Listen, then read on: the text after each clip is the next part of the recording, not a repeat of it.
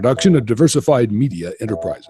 I'm Doug Cunningham. By order of Governor Andrew Cuomo, a New York Wage Board is taking testimony from fast food workers as part of its mission to make recommendations on raising the minimum wage for about 180,000 New York fast food workers. Amanda Monroe is a McDonald's worker who brought her toddler son Ocean to the hearing as she shared her story with the Wage Board. She explained why she supports the fight for 15 to win a higher minimum wage and a union at fast food restaurants. I am not expecting to get rich off $15 an hour. I am not looking for extras, just the ability to survive and take care of my family with a little more for him than the necessities. Monroe says it costs about $1,175 a month for basic necessities for herself and for Ocean, $400 less than she brings home from McDonald's each month. That is why I've joined the Fight for 15. I believe that every person that is willing to work and work hard deserves dignity and respect and the ability to support their own families.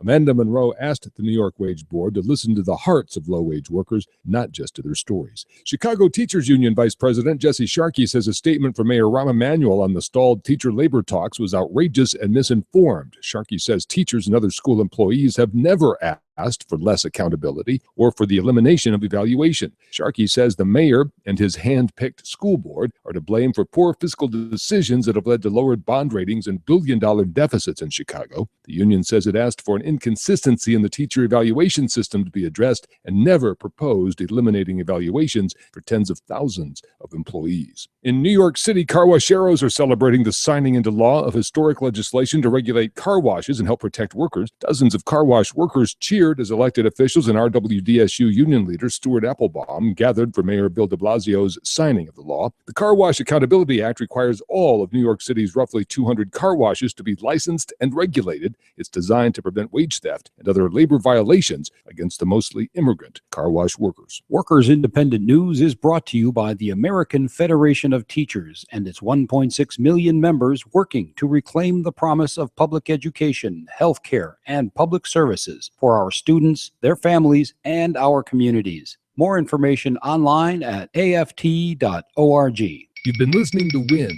Workers Independent News. For more information, visit laborradio.org. It's time for the Rick Smith Show. I want you to get up now.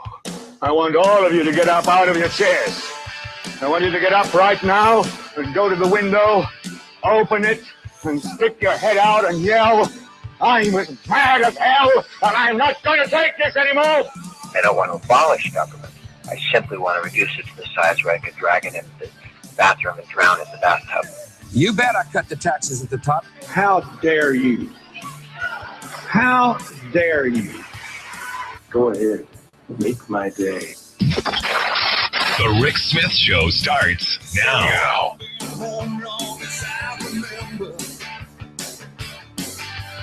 This town gonna be here long after I'm gone.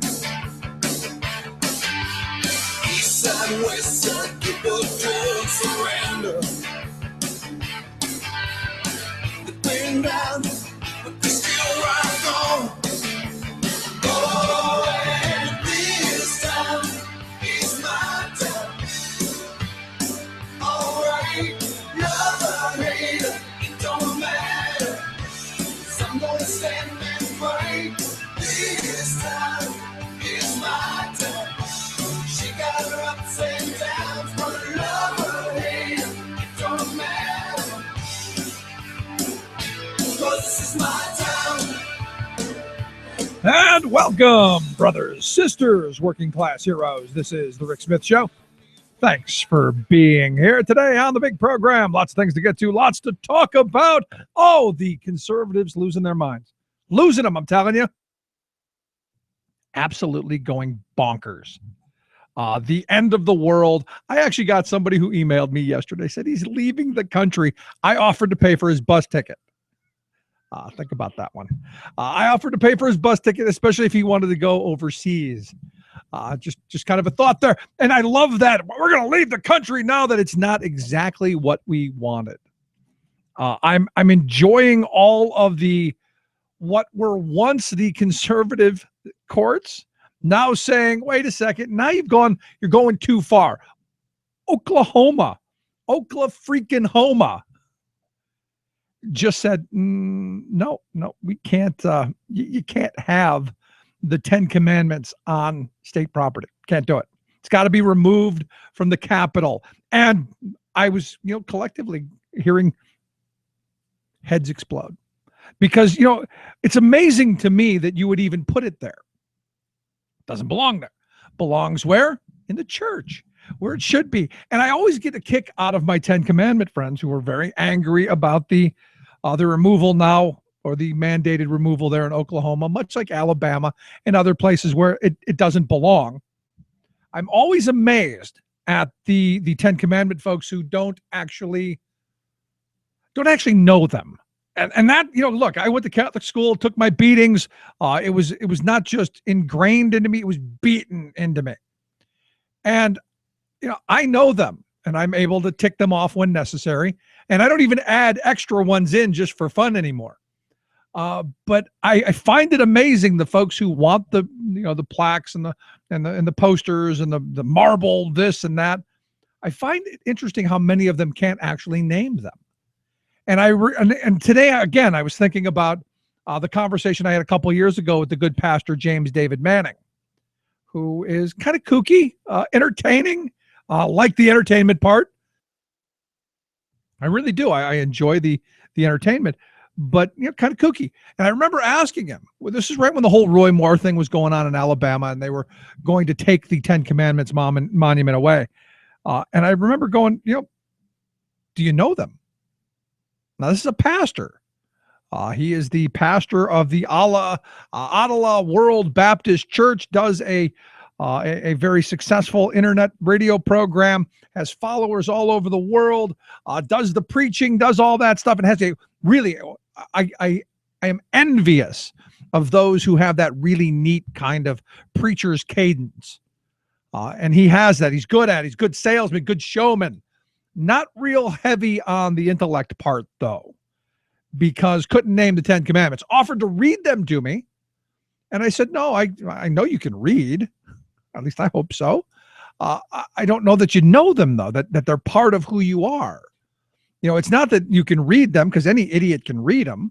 It's, do you know them? And this was the interesting thing, and he couldn't. And I shouldn't say he couldn't. He wouldn't. He wanted to read from the book, and I'm going, no, I want you to tell me about them. And he refused to do it, which led me to go, so you obviously don't know them then. At which point he said, well, I'll read them. And we had this back and forth. It was just really bizarre. And honestly, I've had that exact conversation with probably 30 other people, to where they want to read them, like they want to tick them off in order, like this is how you follow them, instead of actually knowing them. And there's part of me that actually believes that these folks need that constant reminder. And I've talked about this before. I mean, I've actually said maybe there are some folks we should just tattoo them on the inside of their eyelids so they can never forget. But I've come to this conclusion that there are those among us. There are those among us who need that constant reminder. They need it in their face all the time so that they can be decent human beings. And that's troublesome to me. So the Oklahoma Supreme Court said, no, got to go. Outrage, people just, going crazy. And I find it kind of funny. I wish they would take this kind of anger. I wish they would take this kind of outrage against the fact that we've got kids that go hungry at night. We've got schools that are falling apart. We've got children who have no hope and no opportunity, yet they put all of this time, this energy, this effort into a piece of marble that the vast majority of people probably didn't even know was there. And that's the frustrating part with me. Now, I find it interesting that the crazies are angry about the gay marriage stuff, but they haven't done anything to fix their side of the marriage stuff. Texas being one of the places that is saying that we will defend any person who chooses not to issue a marriage license to same-sex couples. So they're going to use tax dollars to defend people who ideologically oppose doing their job. I do find it interesting, though, that in Texas, the bureaucracy is actually moving forward, even though the Greg Abbotts of the world and the political rhetoric class, they're having their little hissy fit. In fact, the employee retirement system of Texas, the University of Texas's system, and the Texas A&M University system have all at this point right now extended benefits to gay and lesbian employees. That is a huge thing, and it means a lot. I mean, the list of employers providing same-sex benefits is now the state itself, which it's kind of hard to say we're against it when you're actually doing it. So I find it very, very comical. I find it very interesting. And, this is what happens when you have a radical court that sets things in motion that the really far out radicals think, okay, well, that was a signal to us to take this even further. And that's what a lot of these cases have been recently. I mean, the Obamacare case, to me, I don't know how you bring a case all the way to the U.S. Supreme Court and it gets taken by that court over 7 words on 1 page of a 1,000-page document, when all of the rest of the law is quite clear on what the intent is. You take this one sentence out of thousands of sentences, and that's what we're going to base the whole case on. And then there's moral outrage. Oh my goodness, when it goes the way it should, because I think the right wing of this country has gotten so used to getting what they want.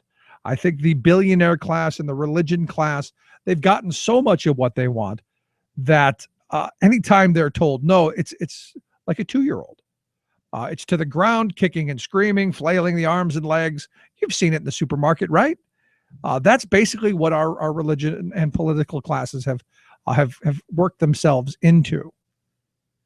And we're seeing across this country this political divide. And it's got to come back to us. At some point, we have to be the ones that are the adults, the big boys in the room, the big boys and girls who say, stop this. I mean, I look here in Pennsylvania, this budget fight that's going on. I look out in Illinois. There's a potential government shutdown over the budget there because, their governor's insane and is actually looking forward to a government shutdown, which is kind of just weird to me. But today on the program, we're going to talk a bunch about, there's some rallies going on today, some activities done by folks who are concerned about education. They're concerned about the state assets and all of this privatization nonsense that keeps going on. The president did something good today. I got to give him credit where credit is due. Beat him up yesterday over the TPP, which he deserves, which is a horrible, horrible piece of legislation. And we've got 59 more days to make sure that it doesn't pass. But that's a whole nother story. Also going to talk about some education stuff later on in the program with our good friend, Steven Singer. And the other Supreme Court case that, I've been saying is going to happen for a while, this Friedrichs v. California School Education Association, this is coming. They have taken the case and the ugliness could happen. So lots of things to get to, lots to talk about. I'd love to hear your thoughts, your questions, your comments, anything on your mind. You can email me, rick@thericksmithshow.com, or give us a call here, 1-888-520-7425. That's 1-888-520-RICK. We're going to take a quick break. When we come back and talk a little bit about what's going on, what happened today in the Capitol around the idea that maybe we should be spending more than a couple of pennies more a year on our children. Maybe just a thought we restore some of the massive cuts that happened during the Corbett years. Just a thought. Let's take a quick break. Right back after this. Stick around. Listen to The Rick Smith Show.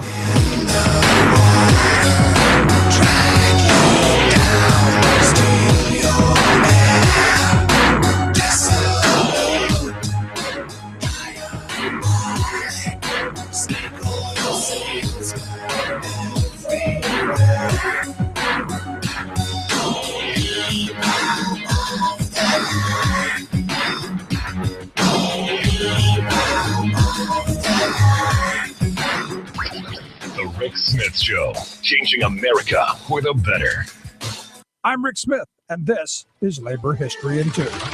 On this day in labor history, the year was 1998. If you were trying to drive to work on that Tuesday morning in Midtown Manhattan, you were probably late. 40,000 construction workers took to the streets in a massive protest. They shut down more than 200 building projects. They were rallying against the use of non-union labor. The New York Daily News declared Midtown shut down and pending projects hammered by protests. The New York Post's front page headline was Midtown Mayhem. The protest snarled traffic outside of the Metropolitan Transportation Authority on Madison Avenue. The MTA had awarded a $33 million contract to build a subway command center to a non-union employer, Roy K. Incorporated. The construction workers chose to hold their demonstration during rush hour to make the most impact. One organizer explained, "We wanted to make the biggest statement possible." The workers chanted, "What do we want? Union. When do we want it? Now."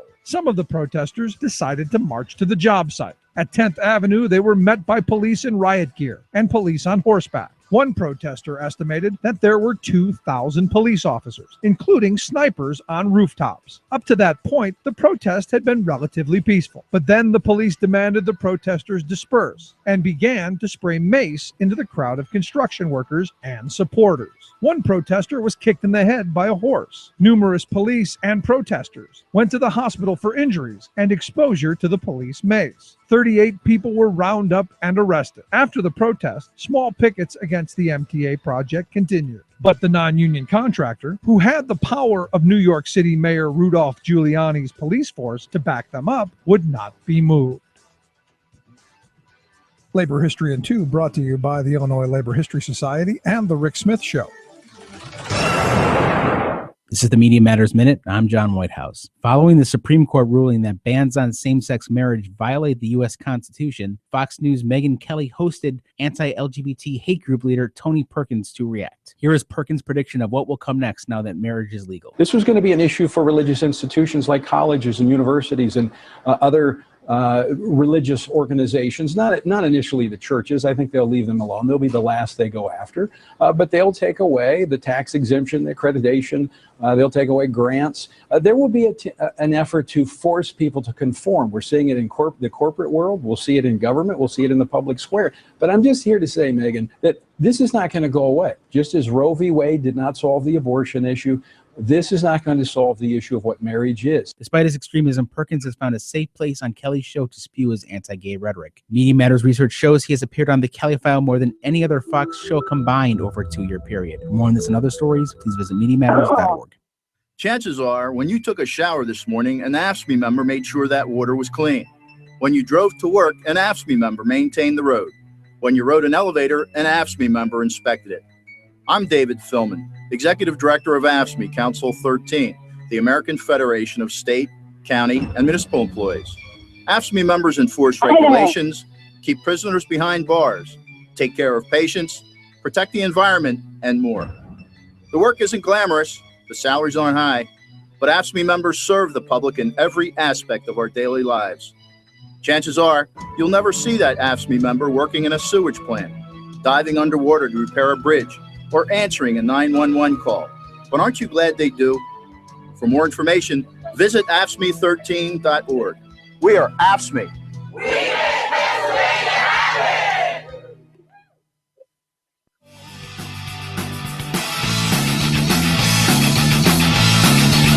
Working class heroes, they are the ones who helped to build this flag. Working class heroes, they stay united. Welcome back to the Rick Smith Show. Check out the website, thericksmithshow.com. Questions, comments, something on your mind, you can email me, Rick, at thericksmithshow.com. So lots of folks in the Capitol today saying, hey, you know what? This education money you've said is an increase. It's not really an increase. It's kind of ridiculous what you've done. And maybe we should be doing more of it. And I'm glad to see that there are folks out here. One of those people here in town today, Sharon Pope, she's a home health care worker, a member of SEIU, here in town to say, you know what? My kids, my neighbors' kids, they need an education and they need funding for it. That's why I've asked Sharon to come on the program, talk with us. Sharon, thanks for taking time for us. Hey, thank you. So you look at the funding that's gone on the last 4 years. A lot of people are saying what's being presented to us today is the fifth Corbett budget. What are you hearing people say on the Capitol floor there as you're moving around? So believe it or not, we actually do have a lot of supporters coming by us today, and they're like, keep up the fight. And the one thing that we have said to them is we're here and we're going to be here every day for as long as it takes. Okay, good stuff. And what are we looking for? We're looking for a fair budget, a budget that actually taxes Marcellus Shale and fully funds our public schools. Now, you look at what the Republicans have put forth. It doesn't tax the Marcellus Shale, and what they're calling an increase is like 3 cents per child across the Commonwealth, which I got to be honest, I don't know that you can buy anything with 3 cents per child. I have to agree with you. I'm a mom. I have 3 kids. My oldest child is 18 and in college. My youngest 2 are entering the 9th grade. And I'm frustrated. I'm angry, and that's why I'm here. Our schools are severely underfunded. My kids don't even have textbooks. Wow. You're given a website to access your child's textbooks. Yeah. So, as a parent, I ask myself, what happens if you're in one of these families who are making minimum wage, which, by the way, $7.25, nobody can live off of. But if you're a family making minimum wage, you're surely not having access at home to the internet. So how can parents help their students? That's a good question. I mean, because I know my daughter, she's telling me next year there'll be no more textbooks. Everything's going to be on the computer. And I'm going, that makes no sense to me other than, and I guess the only argument I can see you could make for it is the world that they're moving into is not a paper-based world. Everything's going to be virtual. And, those who get left behind because they can't afford the internet, or they don't have a computer at home, or they don't want to sit at the library and hope that there's an open computer, they're going to be the ones left behind. Agreed. And it's not like we even have enough computers in our schools for every child to have a computer. And I look at the last 4 years, and what's frustrating to me is, and I can imagine you as a parent of an 18-year-old who their entire high school career was cut every year that they were in there, and diminished opportunities and diminished number of counselors and all the things that when I was in school you expected. I can't imagine how that worked, but it's not getting better yet. I mean, we voted for a governor that said he was going to change that, and yet we've got this obstructionist House and Senate who just thinks it's the 5th year of the Corbett administration. I have to agree, and that's why we're here. Like, we voted as Pennsylvanians for change. We wanted somebody who was going to give us a fresh start and a fresh breath of air. We elected Governor Tom Wolf because we believe in him. We believe in what he stands for.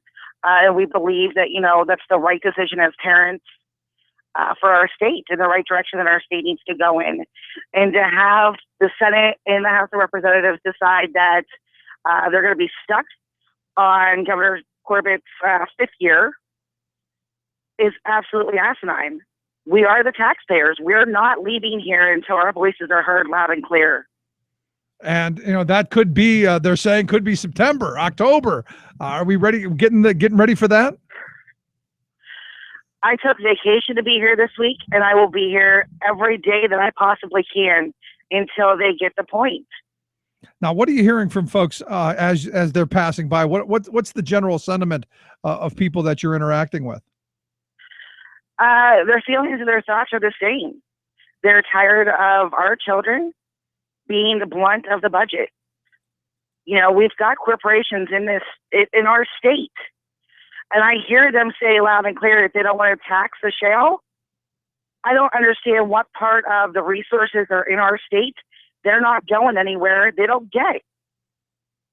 Yeah, it's interesting to me that you have the very conservative, very right wing, and I hate to use conservative because there are some conservatives I actually respect. The people who have done this, I have no respect for, but I look at what they've proposed, and it's the same bad stuff. that I even think corporate America is saying, look, we want educated children. We want to make sure that our workforce has some bit of education. And as a Commonwealth, I think, it's a huge mistake to be this short-sighted in voting for the Stephen Blooms of the world, who think that the funding that we're putting in is sufficient, or the Scott Wagners of the world who think it's too much and that everything is perfect down on the ground as he flies over with his helicopter. I could say one of the very loud and clear messages today was, Scott Wagner, you can't hide. We all can see your greedy side. And we have made that echo through the hallways of the Capitol. Nice. See that, and that's what we need more of. Yeah. I'm all in favor of it.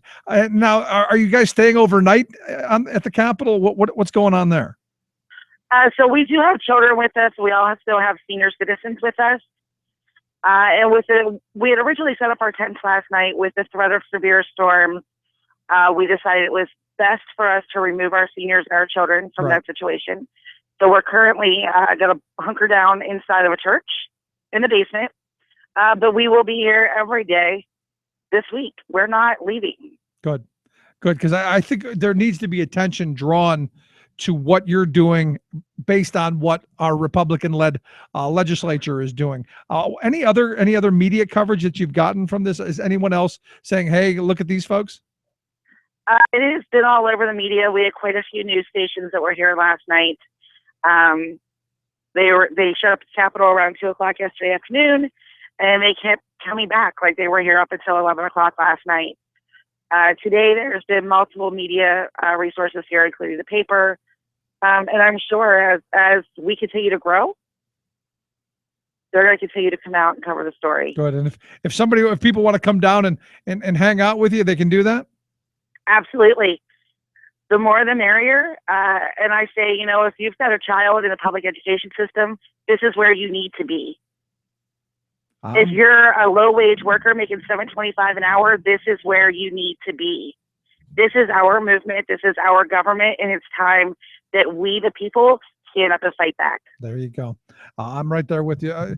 Sharon, I appreciate you taking time for us, and keep up the fight. I'd love to have you come back and talk with us again as this continues on down the road. Anytime, Rick, anytime. I appreciate it, Sharon Pope. Thank you so much. Let's take a quick break. Right back after this. Stick around. You're listening to The Rick Smith Show. We're working people. Time to talk.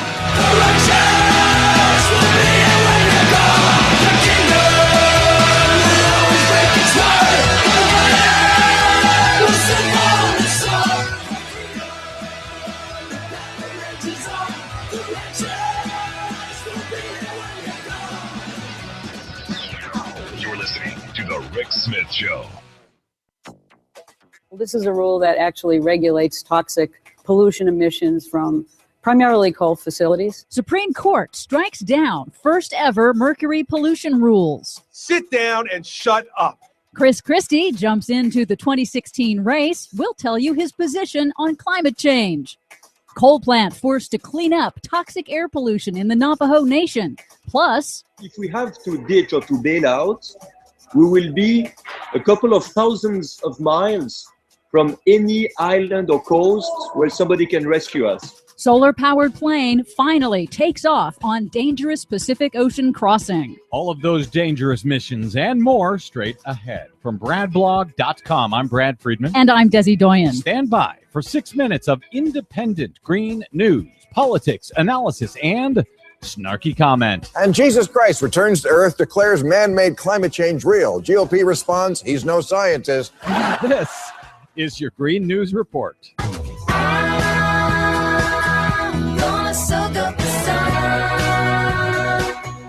Okay, Desi Doyen, so Chris Christie's really going to do it, huh?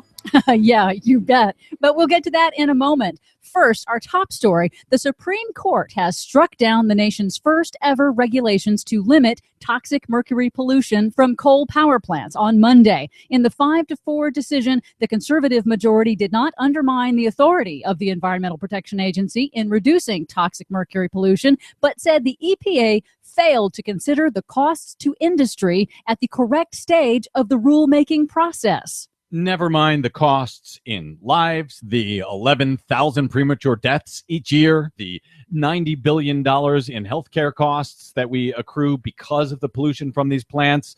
Yeah, the EPA did it out of order. They figured out the costs second instead of first. So let's get rid of the whole rule. But it's not all bad. Columbia University environmental law professor Michael Gerard told us on the broadcast that most coal plants are already complying. Most of them have already done that or are already locked into buying the equipment that will do that.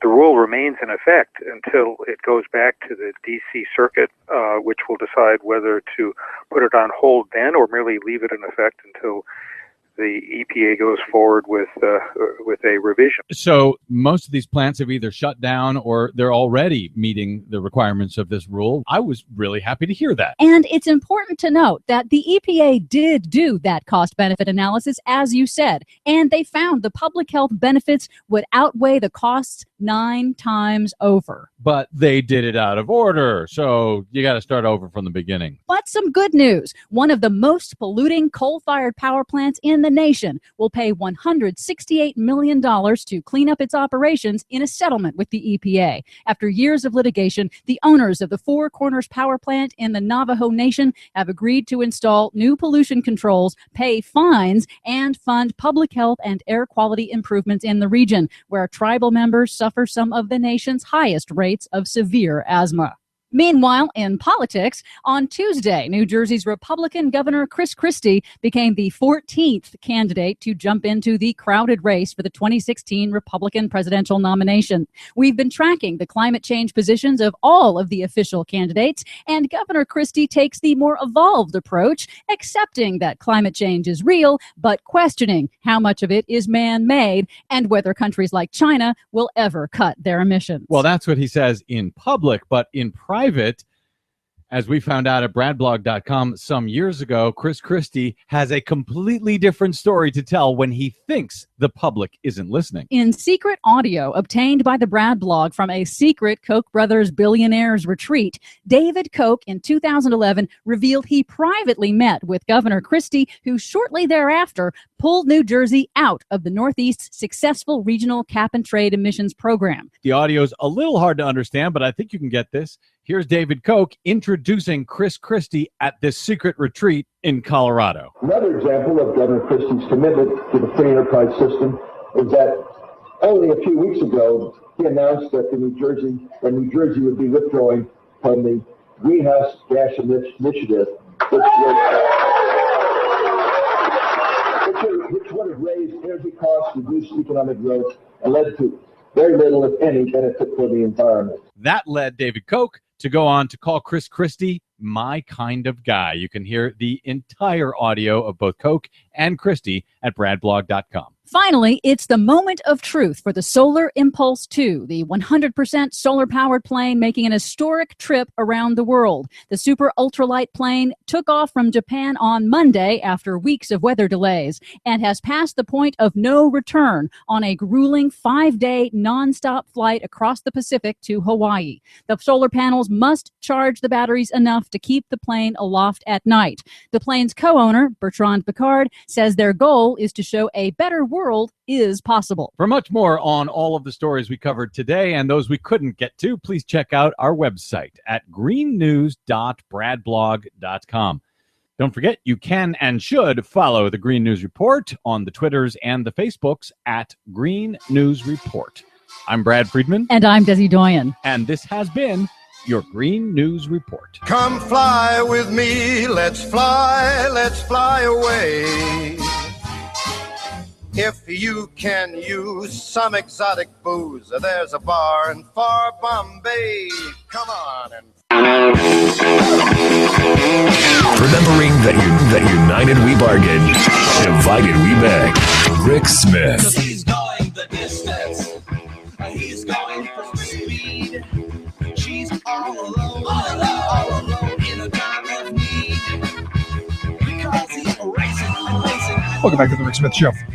Check out the website, thericksmithshow.com. So I'm thrilled to see that there are people out in the street saying, you know what, we need sane, rational, we need decent budgeting. We need to make sure that our kids get a good education. And I'm hoping There's part of me that goes, the hope is that while we're pushing for education funding, that education funding gets into our public schools. This whole charter stuff, all of this voucher stuff, all of that quote unquote reform nonsense has to stop. And I'm hoping that the same kind of work that's going into making sure that we get funding for education, make sure it gets where it's supposed to. And that's into our public schools to make sure that that all kids have an opportunity.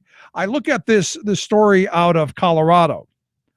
In fact, it was the Business Journal out there in Colorado that points out that the voucher program that they had in one of the suburbs of Denver, the Supreme Court there in Colorado ruled that it violated their constitution because it provided funding to religious schools.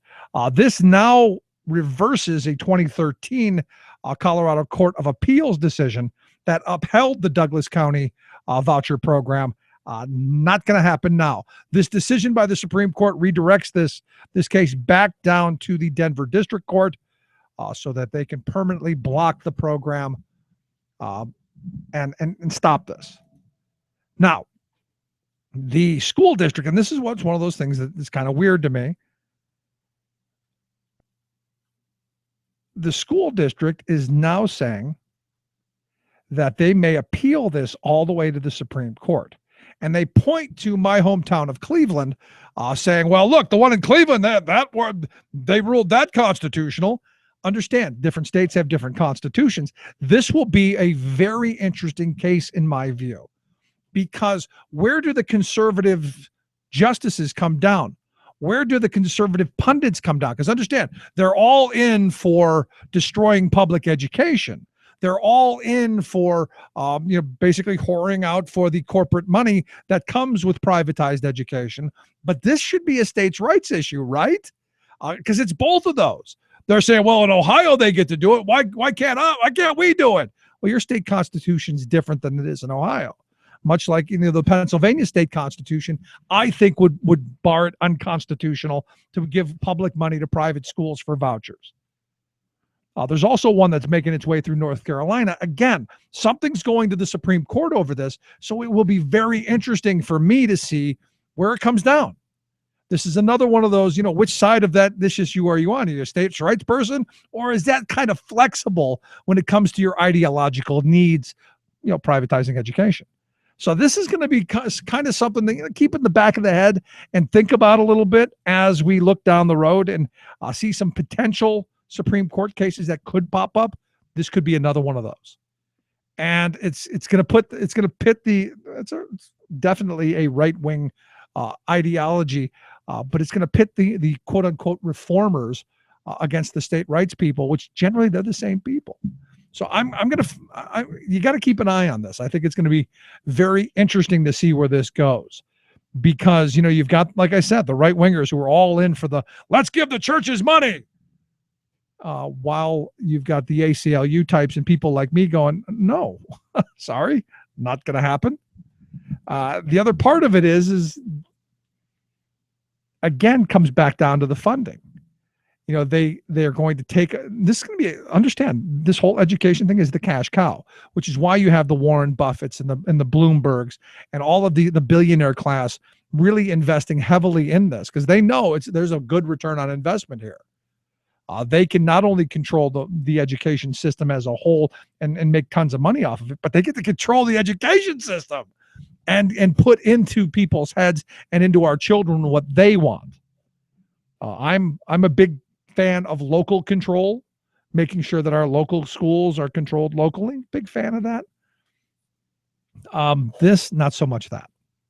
So it's going to be interesting to me to see where this goes in the coming months, as this inevitably, I do believe, will wind its way to our conservative Supreme Court, which takes me back to, once again, why I think it's so important that we pay attention in 2016.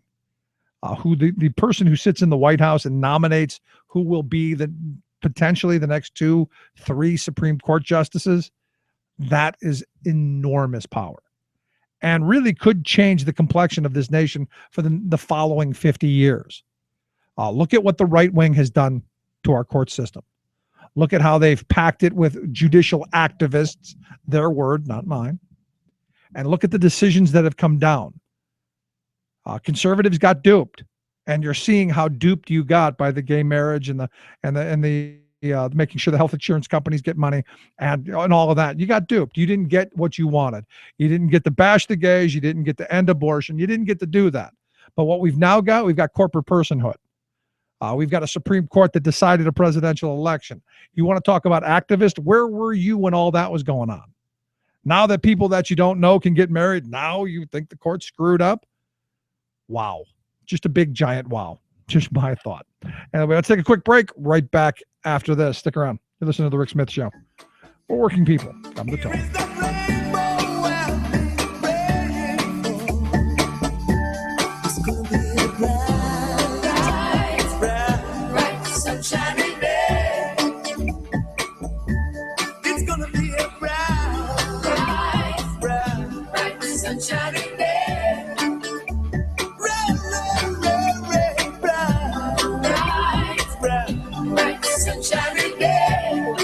Thought-provoking, intelligent conversation with a heart.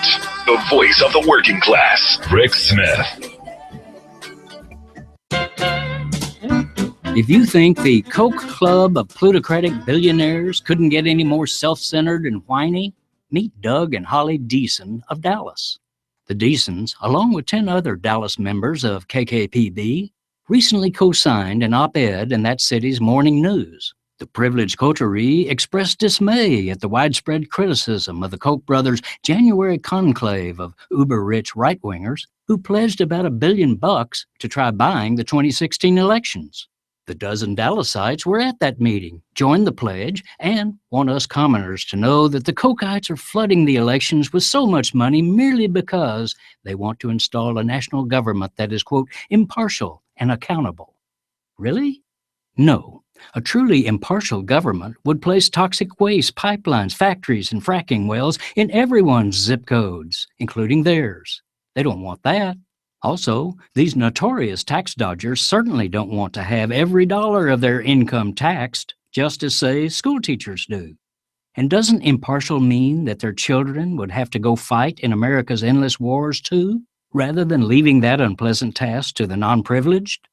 They really want to install an impartial government that's partial to them, letting them run roughshod over the rest of us and their avaricious accumulation of greater wealth, power, and privilege. And what a hoot for the 1% of the 1% to demand that government be accountable when they're running dark money political campaigns that hide their identities and use front groups to keep voters from knowing that the KKPB is out to buy America's democratic process. This is Jim Hightower saying, any government that would be installed by the money and deceit of such self-righteous, narcissistic cowards would not be worthy of America's name, its democratic ideals, or its people. What do the corporate powers from Wall Street to Walmart have in common? They hate the Hightower Lowdown. You can see why at www.hightowerlowdown.org. From UN headquarters in New York, this is Your World in Two. I'm your host, Luke Vargas, with the Talk Radio News Service. If you're headed to Greece in the coming week, you'd better stock up on euros before you arrive. Prime Minister Alexis Tsipras announced Friday that a final decision on whether to settle up with the country's creditors and implement serious domestic economic reforms would be put to a nationwide vote. Tsipras's government had previously rejected those reforms, which consisted mostly of tax increases. After a rush on banks over the weekend, the Greek government ordered the closure of the country's stock market for the next week and placed a €60 daily limit on ATM withdrawals. We're a day out from Tuesday's deadline for an Iranian nuclear deal, and only one thing seems clear. American negotiators called the front desk and asked to extend their stay. U.S. diplomats in Vienna will reportedly remain in the city past the deadline, a sign that while impasse on certain elements of the deal remain, there's confidence that a deal can be reached. Iranian Foreign Minister Javad Zarif will reportedly fly back to Tehran, but when everything's got to be cleared by the supreme leader, sometimes you've got to physically hear him out.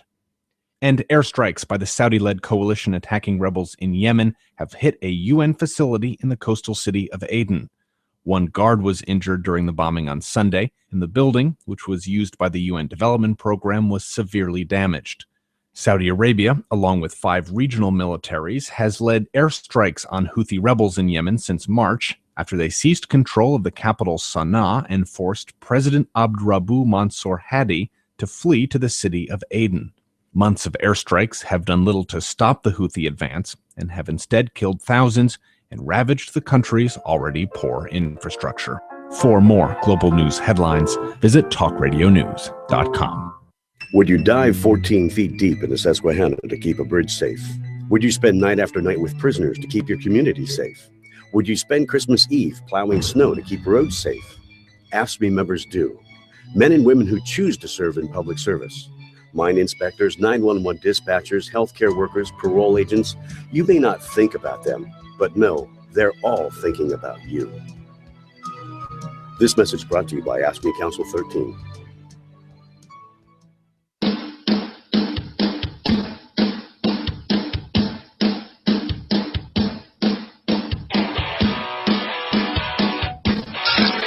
Waving the flag of freedom for people, not corporations. Rick Smith.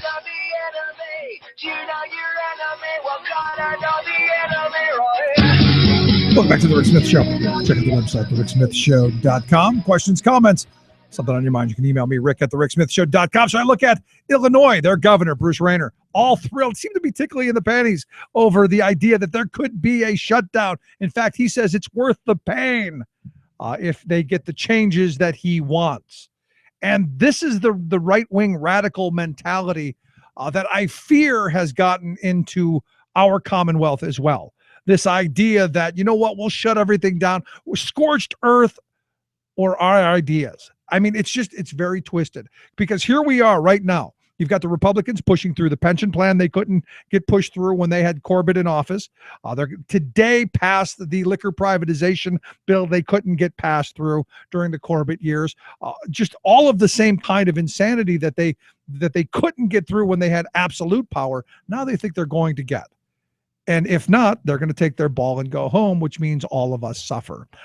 That's why there are people in the Capitol today protesting and having rallies and having their voices heard. One of those folks today was Tara Inmarato.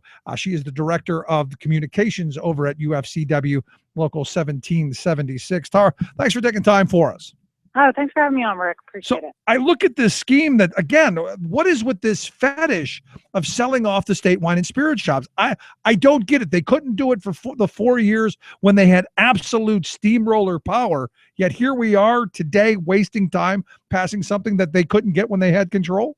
Absolutely. And that's exactly what it is. It truly is a waste of time. I mean, we're wasting all this time playing politics at the end of the day with people's livelihoods.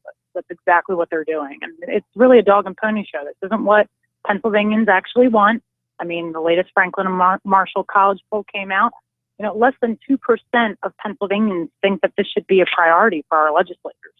So it's very confusing when, you know, Senator Scott Wagner he was just quoted in the morning call on Sunday saying, you know, this is what people want and this is a priority for Pennsylvania. I don't see where he's getting that from at all. Yeah, I'm one of the people of Pennsylvania. I don't want it. Yeah, absolutely. We're glad you don't. You are in the majority. Well, here's the thing, and I have yet to meet anyone who says it's a great idea to put Jack Daniels on the impulse aisle with the Tic Tacs. Everybody that I know, Tara, says, I'd like to buy a six-pack at the supermarket. That seems to be what people really want. This idea of selling off the wine and spirit shops, I've yet to meet anyone outside of the obvious right-wing cranks who are paid to believe that. I've yet to find anyone who believes it outside of that. Yeah, we're still looking too, trust me. We don't really understand where this is coming from. I mean, besides the obvious, you know, extreme privateers and GOP members that really think that this is something that all of Pennsylvania wants, and then they have the gall to say that it's something that PA needs. I mean, I totally agree. We don't really see where all that's coming from and why we're wasting time on the data budgets due, and this is what they're discussing as if it's priority. Here's the other thing that gets me. Now, I remember, because I have followed this from before anyone else was reporting on it. We were one of the first places to talk about that this was coming right when Corbett took office. They originally came out and said that we were going to, as a Commonwealth, for selling off this valuable asset that we have, for selling off, part of our house, we were going to get $6 billion for it. And I remember going, wow, where did they get that number from? What orifice did they pull that out of? Right. And then immediately it just started going down until the numbers didn't matter. It was about core functions of government. But now I'm looking at the leaked spreadsheet that the Republican Senate left out on the table to be picked up. They claimed 175 million. I'm seeing now 220 million. Is that what we're getting for selling our stuff off? Absolutely not. And you hit the nail right on the head. In 2010, they were running around saying we were going to get a $6 billion windfall from selling off these stores. Then, 2012, it was $2 billion. The next year, $1 billion. They kept, diminishing. And then finally, now they're coming out and saying in the fiscal note that was released on Monday, I believe, that, here we're going to get 220 million. From where? I mean, this is something that they're just, exaggerating this number. They're running around and touting it when at the end of the day, they're completely ignoring the $1.4 billion cost that it's going to, cost taxpayers in the state to transition this system from the public sector to the private sector. And that comes straight from Governor Corbett's public financial management report. And they, refuse to acknowledge any of those costs and then how they're going to make up the revenue. I mean, really, 220 million is nothing compared to what this is going to cost us and what the stores actually produce, in revenue, in profit that we all use as taxpayers of the state. Yeah, I mean, it's insane. And I think that one of my favorite quotes out of this whole debate came from Senator Vince Hughes. He said, when you control an asset of this kind, you don't sell it for fool's gold. Yeah, I think that really sums it up. Absolutely. He was great today on the floor watching him. A lot of our members were really happy with his testimony and the others of, all of the Senate beads who really stood up and spoke against this. I mean, he hit the nail right on the head as well. He really said what's going to happen. You're wasting this business-wise. This makes absolutely no sense. So whenever the facts are thrown, though, we always get back just the ideological arguments because that's all that they have to stand on at the end of the day. When it comes down to the actual revenue, the numbers, the job loss, what the CDC recommends, all the facts are against the extreme privateers and extreme right-wingers on this. We have the facts, so they have to rely then on, well, we just shouldn't be in the business, and that's all that it is. Yeah, I mean, it's nuts to me, but do you look at this as they couldn't do it during the 4 years when they had steamroller control, when they controlled all of the levers of power. The Democrats had no say whatsoever. Do you look at this as more of a distraction and a bargaining chip than an actual thought that they can get this passed? Absolutely. I think that it's definitely, something that they're just doing to say that they did, look at what we did. And at the end of the day, Governor Wolf is the one that stood in the way. That's exactly what they're using this as, something that they think that they're going to be able to hold over everyone else's head as some sort of compromise. I mean, it really is ridiculous. It's a complete waste of time. Like I said, no Pennsylvanians are really saying that this is top priority, and they know that, at the end of the day, they couldn't get it through with Corbett's administration. So what makes them think that this time it's definitely a go? Yeah, I mean, this is one of those things, Tara, that I look at and and I hope the governor does veto it. There's indications that he will. I don't say 100% because nothing's 100%, but I think about, where I grew up, where liquor was much more available. I don't want that access for my kids. I don't want that kind of access, easy access for people just driving up and down the road. I think there are too many societal problems that come with that kind of ease and access. Look, as an adult, I know where the wine and spirit shops are. They serve me very well. And I think I'm okay with, leaving things kind of the way they are. I can understand wanting to modernize and loosen things up, put some stuff in the supermarkets.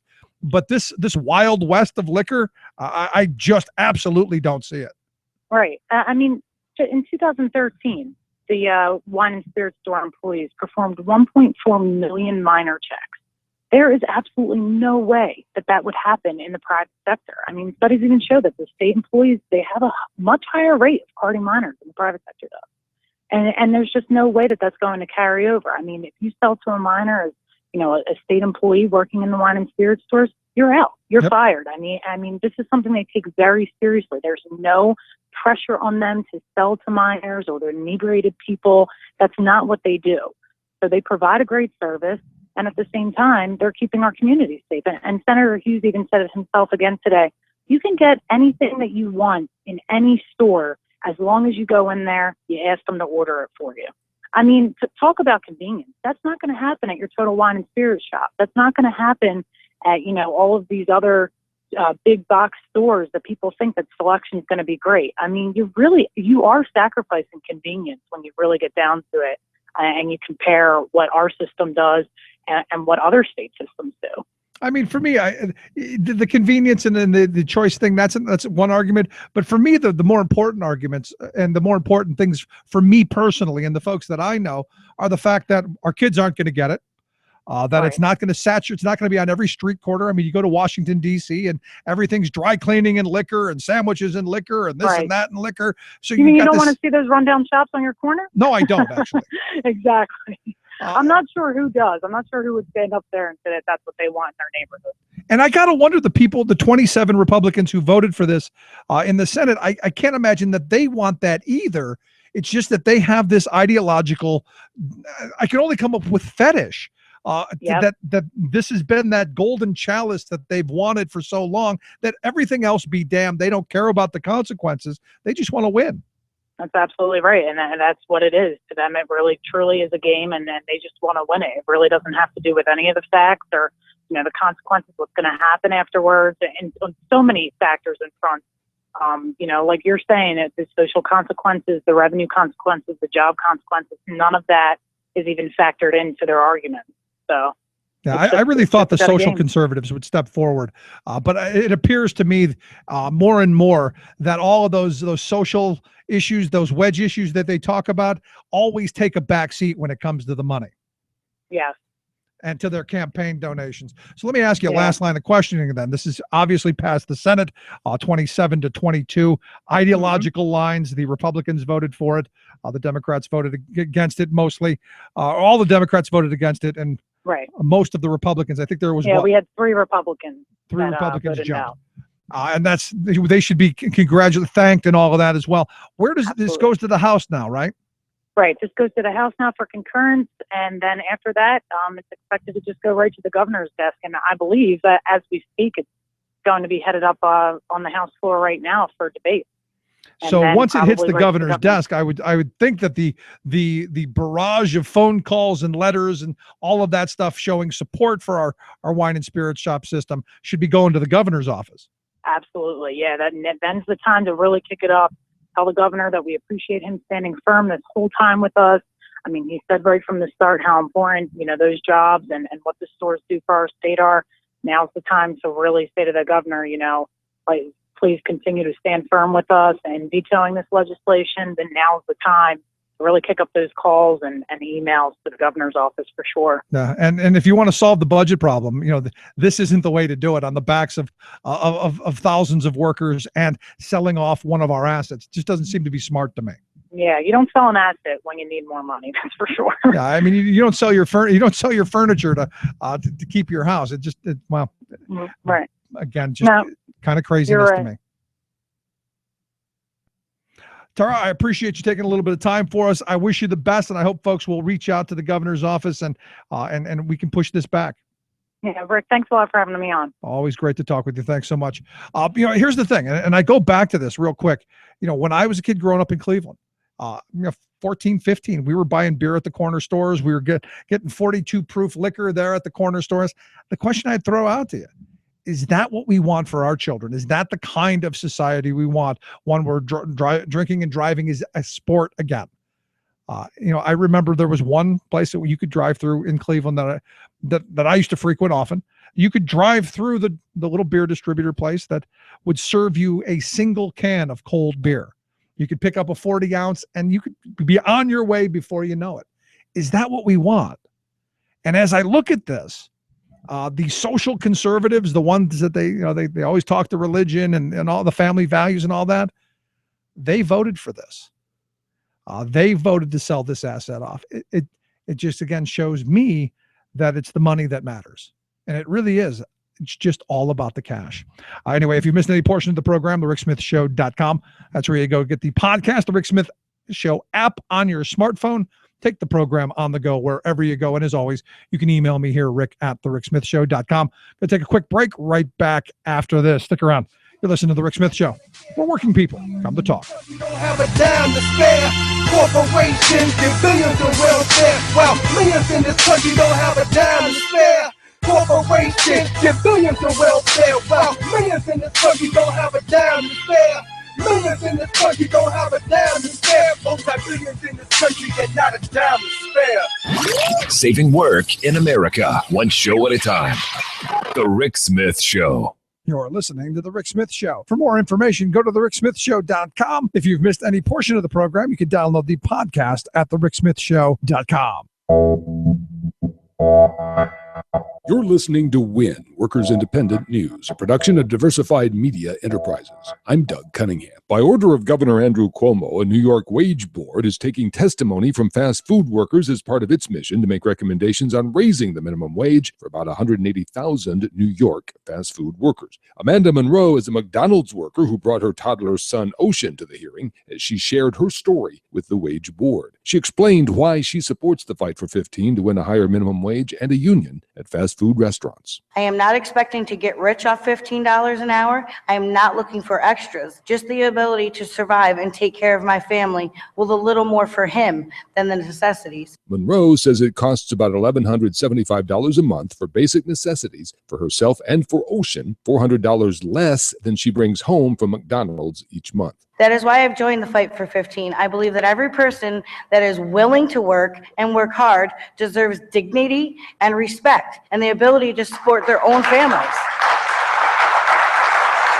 Amanda Monroe asked the New York Wage Board to listen to the hearts of low-wage workers, not just to their stories. Chicago Teachers Union Vice President Jesse Sharkey says a statement from Mayor Rahm Emanuel on the stalled teacher labor talks was outrageous and misinformed. Sharkey says teachers and other school employees have never asked for less accountability or for the elimination of evaluation. Sharkey says the mayor and his hand-picked school board are to blame for poor fiscal decisions that have led to lowered bond ratings and billion-dollar deficits in Chicago. The union says it asked for an inconsistency in the teacher evaluation system to be addressed and never proposed eliminating evaluations for tens of thousands of employees. In New York City, car washeros are celebrating the signing into law of historic legislation to regulate car washes and help protect workers. Dozens of car wash workers cheered as elected officials and RWDSU union leader Stuart Applebaum gathered for Mayor Bill de Blasio's signing of the law. The Car Wash Accountability Act requires all of New York City's roughly 200 car washes to be licensed and regulated. It's designed to prevent wage theft and other labor violations against the mostly immigrant car wash workers. Workers Independent News is brought to you by the American Federation of Teachers and its 1.6 million members working to reclaim the promise of public education, health care, and public services for our students, their families, and our communities. More information online at aft.org. You've been listening to WIN, Workers Independent News. For more information, visit laborradio.org. Lessons of the past were all learned with workers' blood. The mistakes of the bosses we must pay for. From the cities to the farmlands and trenches full of mud. 'Cause war has always been the boss's way, sir. Come on! The union forever defending our rights. Let's fight the right wing while workers unite. With our brothers and our sisters from many far-off lands. There is power in our union. Welcome back to The Rick Smith Show. Check out the website, thericksmithshow.com. Questions, comments, something on your mind. Email me, rick@thericksmithshow.com. So what I have been fearing has come to fruition today. The U.S. Supreme Court decided that they were going to hear this case out of California, this Friedrichs v. California Teachers Association, which in my view is something that the conservatives on the Supreme Court were begging for in the past, and they got it. They signaled that they were open to the idea of screwing up the workers' ability to organize and to have a voice, and here it comes. So in the next year, what are we going to do? What does this case mean? That's why I have asked Marianne Van Nordick. She is the spokesperson for AFSCME, the American Federation of State, County, and Municipal Employees, to come talk with us. Marianne, thanks for taking time for us. Thank you so much for having me on the show, Rick. So I look at this, and I've been saying for quite some time that the worry, the fight is that this case happens, and bad things happen over it. Yeah, we've seen some trends in the court that indicate that they were interested in taking this case, and in fact, they have decided to take it. We know that today. This is the third in a series of very dangerous cases that are seeking to roll back nearly 40 years of legal precedent from the Abood decision, which was reached in 1977. It was a unanimous court decision. Right. Abood versus Detroit Board of Education. And that was a decision that ruled that teachers, firefighters, and other public service workers have the basic right to join together and form a union that would be their exclusive representative, and that they will be able to bargain together for wages and benefits and working conditions, just like workers in the private sector. And it also ruled that since all workers in those public sector unions, regardless of whether they are members of the unions or not, would receive those benefits, would get those better salaries and better benefits and workplace protections that were bargained by the union and through a collective voice of collective bargaining, that they should contribute a fair share fee to help pay for those benefits, right, even if they opted not to join. The first thing, the most obvious thing is the fact that just in that 35-year span, from Abood to today, how drastic this court has changed, and how the assault on working people has really come front and center. Yeah, what you're seeing, especially in the past 5 years or so, is really a rise in the desire to litigate what you cannot legislate at the national level. And that's coming from many of the same funders that have backed right-to-work attacks, like Scott Walker and in other states around the union. And it's something that is a concerted effort to really rewrite the law that has been working for everyday working people for decades. And it's something that you're seeing not just in, as far as unions go in the court, it's something you've seen pressed to this particular Supreme Court because they see a window of opportunity. Yeah, I mean, I look at while some of my gay friends are thrilled that they can marry, and some of the Obamacare stuff went through. I've been saying for the longest time that's really not. The Supreme Court hasn't taken this leftward turn. They're still going to go after and attack workers, and it wasn't surprising to me that they decided they were going to hear this case. Yeah, I think we absolutely all should be celebrating the tremendous victories that we had last week with the Affordable Care Act decision and the equal marriage decision. But I also think you're correct that it's not necessarily a sign that the storm has passed and this is a court that has taken a liberal shift. If you look at both of those cases particularly, in the equal marriage decision, that was the work of decades of smart, grassroots, concerted, brave organizing by LGBT Americans that shifted the court of public opinion to favor equal rights for all Americans.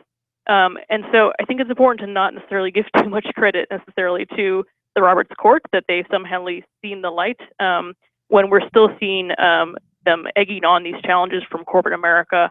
And really, it's still up to still yet to be seen whether this is a court that will continue to sort of press its thumb on the scale of favor of the wealthy over everyday Americans. I'm glad you see the organizing as a big part of this, because when this came down this morning, I had a number of folks email me saying, "Oh, this is the end of the world. This is the end of our ability to collectively bargain and fight for better wages, hours, conditions, and all that." And I said, no, this is an opportunity for us to do just what you said the LBGT community did, and that's to organize to really solidify public opinion in their favor. I look at this as an opportunity for labor to really say, look, we're now the persecuted class. We've got the wealth class of this country wanting to destroy us. And why is that? And I think the answer to that is that labor is the only organization that can help balance the scales against the wealth class. And they know that. Yeah, I mean, you've made a lot of really good points there that I want to try and touch on individually. It's absolutely true that the same wealthy corporate interests that are benefiting from the system that they have rigged are looking to take out the one last counterbalance to their power, and that is the collective voice of workers through strong unions. And that's why you see their influence in these attacks around the country. The backers of this case in particular, Center for Individual Rights, I could go on and on and on about their funders and their ties to various other attacks around the country, but I think the one thing that you need to know about them is that Ann Coulter used to be one of their litigators. Wow. So that's a true fact. You can look it up on her bio. And I'm sure they're very proud of that. Look, I mean, these are people who hooray for me and the heck with everybody else. And doesn't this really play into that whole, the Ronald Reagan era, the hooray for the individual and screw everybody else kind of mentality? Well, I think that is what they are trying to pursue. This is an organization that's pursuing it through different means. But the thing I want to get back to is actually the organizing piece. It's absolutely true that this is, if the court decided to overturn decades of precedent that have benefited Americans, it would not just be bad. Let's be clear, it would not just be bad news for union members or for public service workers. We know factually and have seen the trends. Everyone has seen the trends that when unions are strong, the middle class is strong. Right. And anything that weakens the collective voice of workers to negotiate for higher wages and better benefits and workplace safety is bad for all other workers who are not in those unions as well. We've seen the trends over the past 30 years. And we also know that because there are 25 states of the union right now that do not have that have right to work laws in place. Wisconsin was the 25th just a couple of months ago. Scott Walker signed that into law. We know factually that wages, incomes for all working people, not just union members, all working people are on average just over 3% lower than non-right to work states. So at a time when that's really one of the foremost issues facing regular people right now, right? The economy has basically recovered in many ways. We're growing in jobs. The stock market is booming. Corporate America is turning record profits right now. But the thing that everyday people are feeling right now is they're still feeling that pinch that they are not making any more than they were 10 years ago or 5 years ago, even though they're working, in many cases, longer hours, working harder than ever, and they're not seeing their share of that gain from the economy.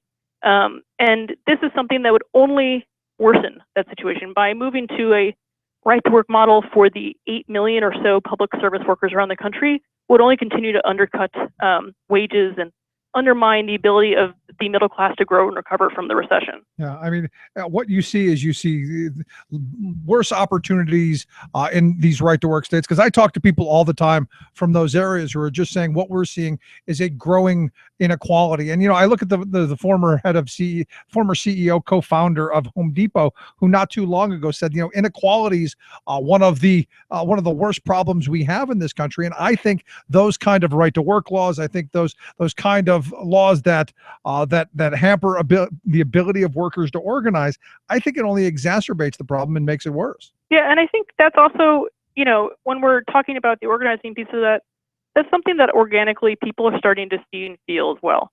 They're starting to feel that we've arrived at the answer of what's wrong with the economy. It's this systemic income inequality and stagnant wages.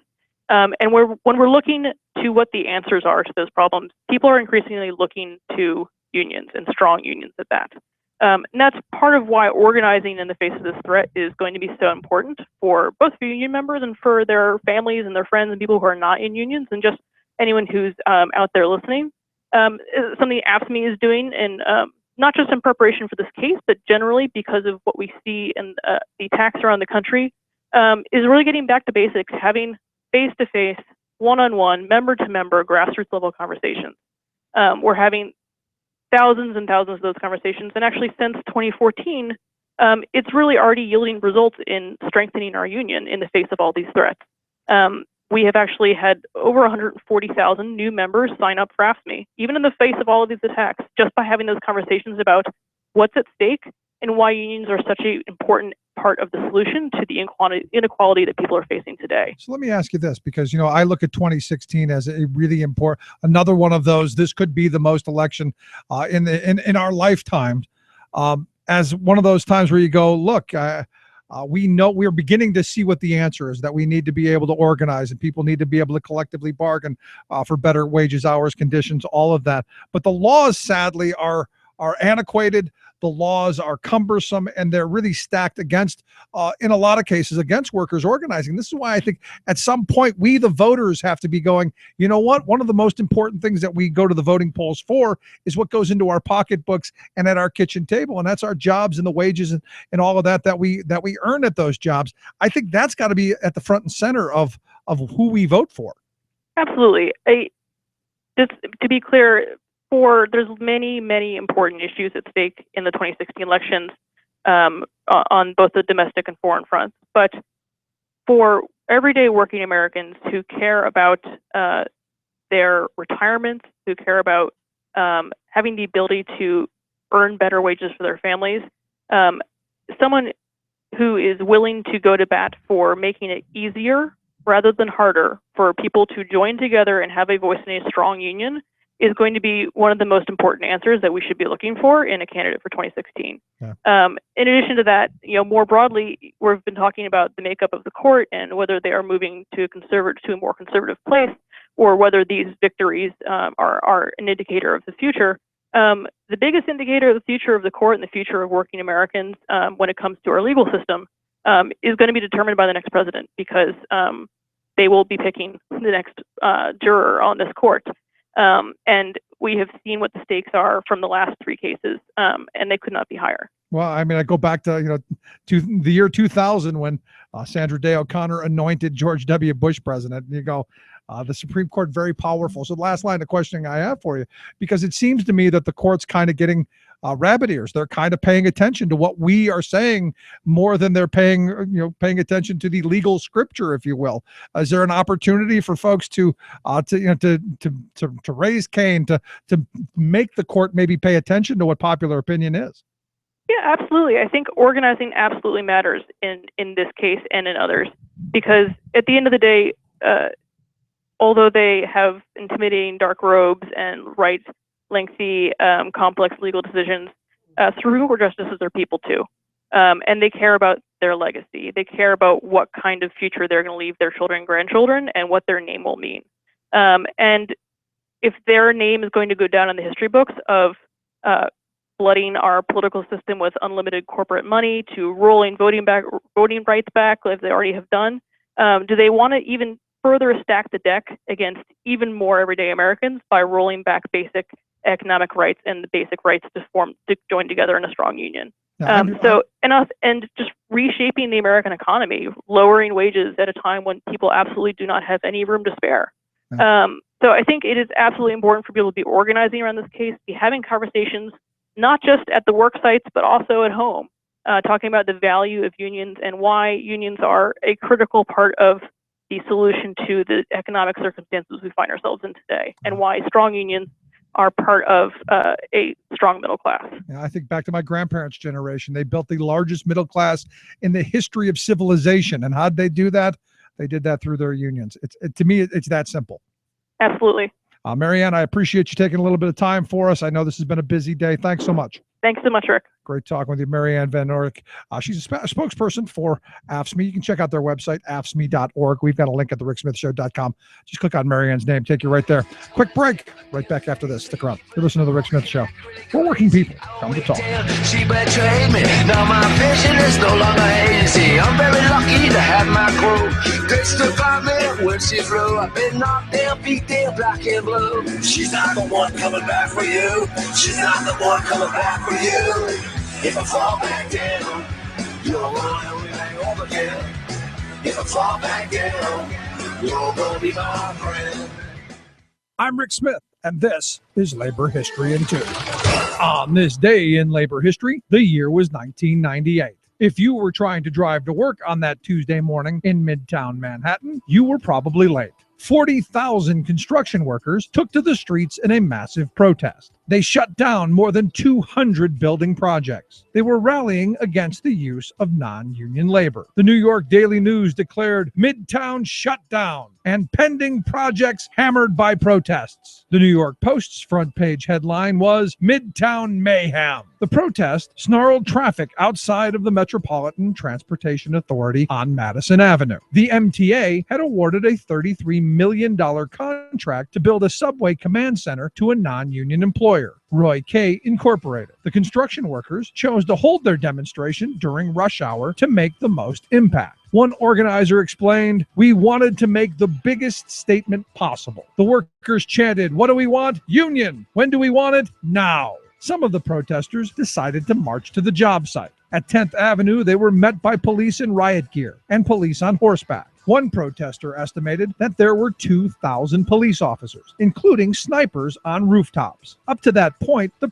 protest had been relatively peaceful. But then the police demanded the protesters disperse and began to spray mace into the crowd of construction workers and supporters. One protester was kicked in the head by a horse. Numerous police and protesters went to the hospital for injuries and exposure to the police mace. 38 people were rounded up and arrested. After the protest, small pickets against the MTA project continued. But the non-union contractor, who had the power of New York City Mayor Rudolph Giuliani's police force to back them up, would not be moved.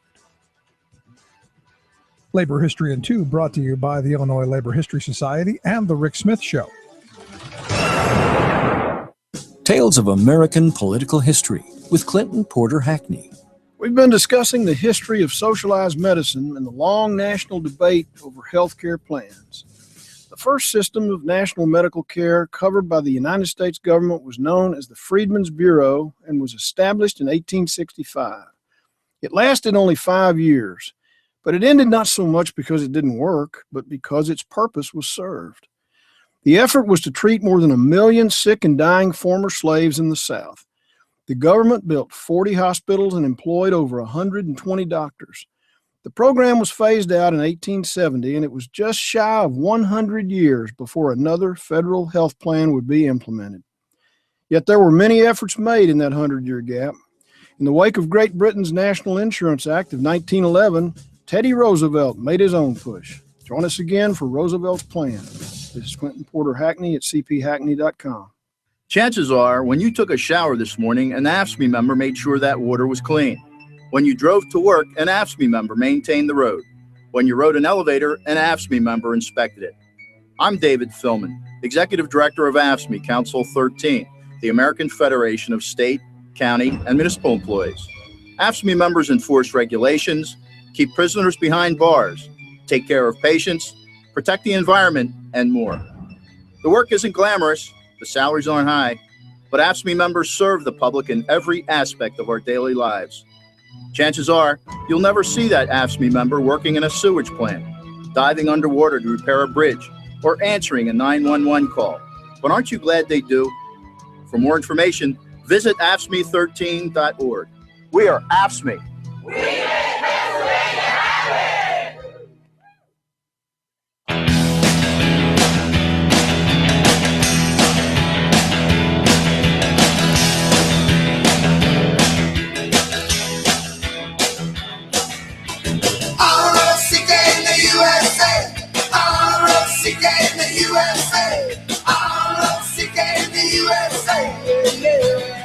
Back to the Rick Smith Show.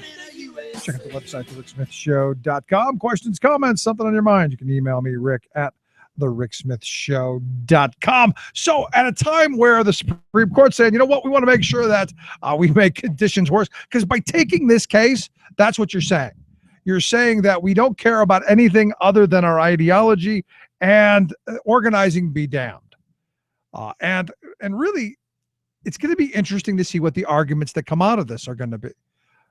That, you know, we understand that we're weakening the ability of people to organize and to fight back against these big corporations, and that this is really the only way you're going to really level the playing field, because we're not going to pass progressive legislation to make sure that we have decent working conditions, because we're certainly not going to have regulators who are going to oversee it. Not going to happen. So you need to have strong, vibrant unions. You need to have that in the workplace. You need to have workers who have the ability to have a say where they work. And also to kind of level that playing field. When the guy who's the co-founder of Home Depot says inequality is one of our biggest problems in this country, somebody should be paying attention.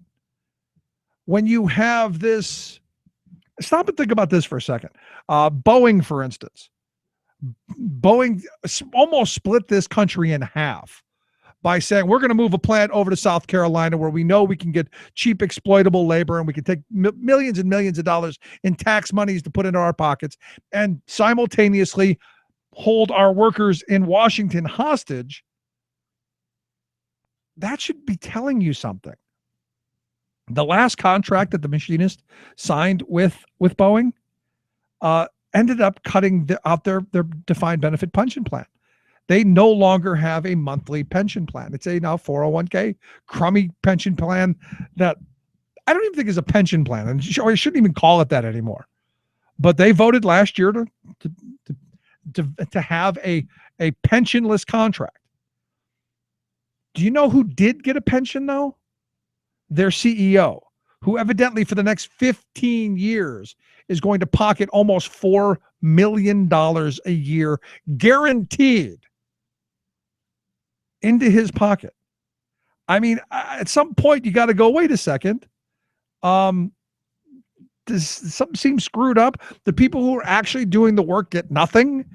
They get a couple of beans, while the head guy who did this is going to pocket over the next 15 years something like $59 million. Really? It's just insane. Let's go to the phone line, see what Andy's got to say. Andy, how are you today? Fine. How about yourself, Rick? I cannot complain. What's going on? Hey, I'm a Teamster. All right. Good for you. I started this new job. They tell me you're only going to be working part-time, about maybe 25 hours or less a week. Right. So first two schedules come out. They have me working over 40 hours. Wow. Both weeks. And I'm like, what? Well, that's a good thing, right? Yeah, but I wish I'd had a heads up. Well, I guess it's a good thing. You do. I don't know. I don't know what to tell you. That's one of those things. You go, you got 20. You wanted 25. They gave you 40. I'd be happy with it. Right. Well, since it's a Teamster job, you could guess it's pretty taxing on the body. Yeah. So I was hoping to kind of ease into it. Yeah. Well, that's a problem with that. Yeah. So what are you doing? You work in shipping docks? What are you doing? It's a big box store. Okay. But I'd rather not get into the details. Good for you. I'm glad you found some decent employment. I hope it comes with some benefits and a little bit of retirement and all that if you stay that long. Yeah, hopefully. Well, I'm glad to hear it. Anything else going on? You want to rail on Hillary a little bit? Yeah, well, we can get to that. No problem. That's one of my favorite people to rail on. I have absolutely no respect for the Clintons whatsoever, as you, of course, know. Yeah. And that's because of their track record. That's all. So what do you think of this Boeing CEO pocketing something like $59 million in retirement while simultaneously negotiating with the workers to steal theirs? I didn't hear about it. It's new news to me, but of course it's egregious. It's totally beyond the pale. It's totally beyond the pale. Shouldn't be what we've come to expect. So what else is on your mind? I was just going to say, there's an attack on working people around the globe. You mentioned this Bruce Rauner thing with the pensions in Illinois, his attack, the whole neoliberal policies. You got Greece, same thing, pension cuts, cut the payouts, up the age of the pensioners, privatize. You're talking about the liquor stores in Pennsylvania, the same MO, this modus operandi all over the globe. It's either privatize, go after the pensioners, go after the working class. Did you see this cool legislation, country of origin labeling? Yes, I did. That's not new. No, it's not. But that's something that's been ruled by the tribunal as against the trade policy. And of course, you know why, right? What's that? They want to eliminate Buy American. Well, no, what the country of origin labeling was to tell me whether the meat that I'm eating comes from Mexico or Canada. Right. Which beef, is why pork, we hear chicken. Which is why we hear the phrase North American beef. Right. You don't know if it's Canada, U.S., or Mexico because Right. nobody's going to buy Mexican beef. We're just not going to do it. Right. And I just saw a story just today that evidently in China they found meat, thousands of pounds of this meat that 40 years old. Do you think we're going to be eating that stuff at some point? Should I know if my meat's coming from China? Yeah, I saw that story too. 1970s cool dried beef or something like that. Unbelievable. It's nuts. Just bring it out of storage, send it to the U.S. Johnny will eat it. Mikey will eat it, right? He eats everything. Yeah. Oh gosh. But it's crazy stuff, Andy. I'll tell you. But this cool legislation just passed on June 10th, and it got 66 Democrats voted with the Republicans. Essentially, it kills Buy American. It kills you can't do the multiply. You can't buy here. Can't create jobs here. They're trying to eliminate that whole meme. It's terrible. I'm with you. And that's where we have to push back. Right. And you saw that, in these Times article on Bernie Sanders, he's racking up the union support there, Rick. He has to. I mean, that has to be where they go. I mean, honestly, if we're going to change anything, that's what has to happen. Right. Right. I hope I can have a little influence here locally. And yeah. Are you feeling the burn? Excuse me? Are you feeling the burn? Oh, man. Well, I think we're getting some traction. That's the big hashtag going on right now. Yeah, we're getting some traction here. Good. I'm a big fan of Bernie. I think he would do a fantastic job. Although I do think there would be mass gridlock, but that's a whole another discussion for another day. Well, unfortunately, politics isn't beanbag. It's always been a tough haul. And people got to understand that there's conflict and there are fights in politics. And the only way you win is you're going to have to take your lumps and you're going to have to dish out some friggin' punches yourself. Yep, you got to fight. Right, you're going to get bloodied up, and that's the nature of the game. Always been my problem with the Democrats. They always seem to want to play nice. That's correct. And you can't play nice. You got to take and you got to want that hate. Just like Yanis Varoufakis in Greece, he's quoted Roosevelt, bring on that hate. I love it that those EU elite, morons running the ECB, the European Central Bank hate me, and other finance ministers hate me. Bring it on. There you go. I mean, that's what I've been saying for years, that the Democrats need to get that mentality. They need to get that street fighter mentality back. Right, because you're right. Working class people do not want some wimpy butt person. Nope. They're not going to follow a wimp. Nope. Even if the wimp is wrong, is wrong or right, they're going to follow somebody even if he's wrong, if he's strong. Yeah. Well, I mean, you remember Bush, the decider guy. Right. We know we're going the wrong way, but at least he's decisive about it. Right. Right. Sad. Just sad stuff. But congratulations on the job, man. Good for you. Yeah, we'll see. We'll see how it goes. I've already had more suggestions and improvements that I think they'd wanted to hear. I can see that though, Andy. Man, I appreciate the call. Give us a call back sometime soon. All right, take care. Thanks so much. That's pretty funny. Let's take a quick break. Right back after this. Stick around. You're listening to the Rick Smith Show. Take you on, headstrong to take on anyone. I know that you are wrong. Headstrong, we're headstrong. Back off, I'll take you on. Headstrong to take on anyone. I know that you are wrong if this is not where you belong. I won't give everything away.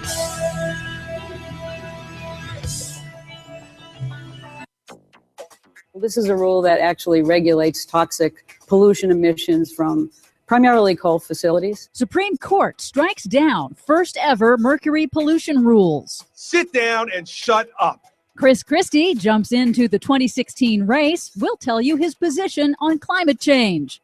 Coal plant forced to clean up toxic air pollution in the Navajo Nation. Plus, if we have to ditch or to bail out, we will be a couple of thousands of miles from any island or coast where somebody can rescue us. solar-powered plane finally takes off on dangerous Pacific Ocean crossing. All of those dangerous missions and more straight ahead. From BradBlog.com, I'm Brad Friedman. And I'm Desi Doyen. Stand by for 6 minutes of independent green news, politics, analysis, and snarky comment. And Jesus Christ returns to Earth, declares man-made climate change real. GOP responds, he's no scientist. This is your Green News Report.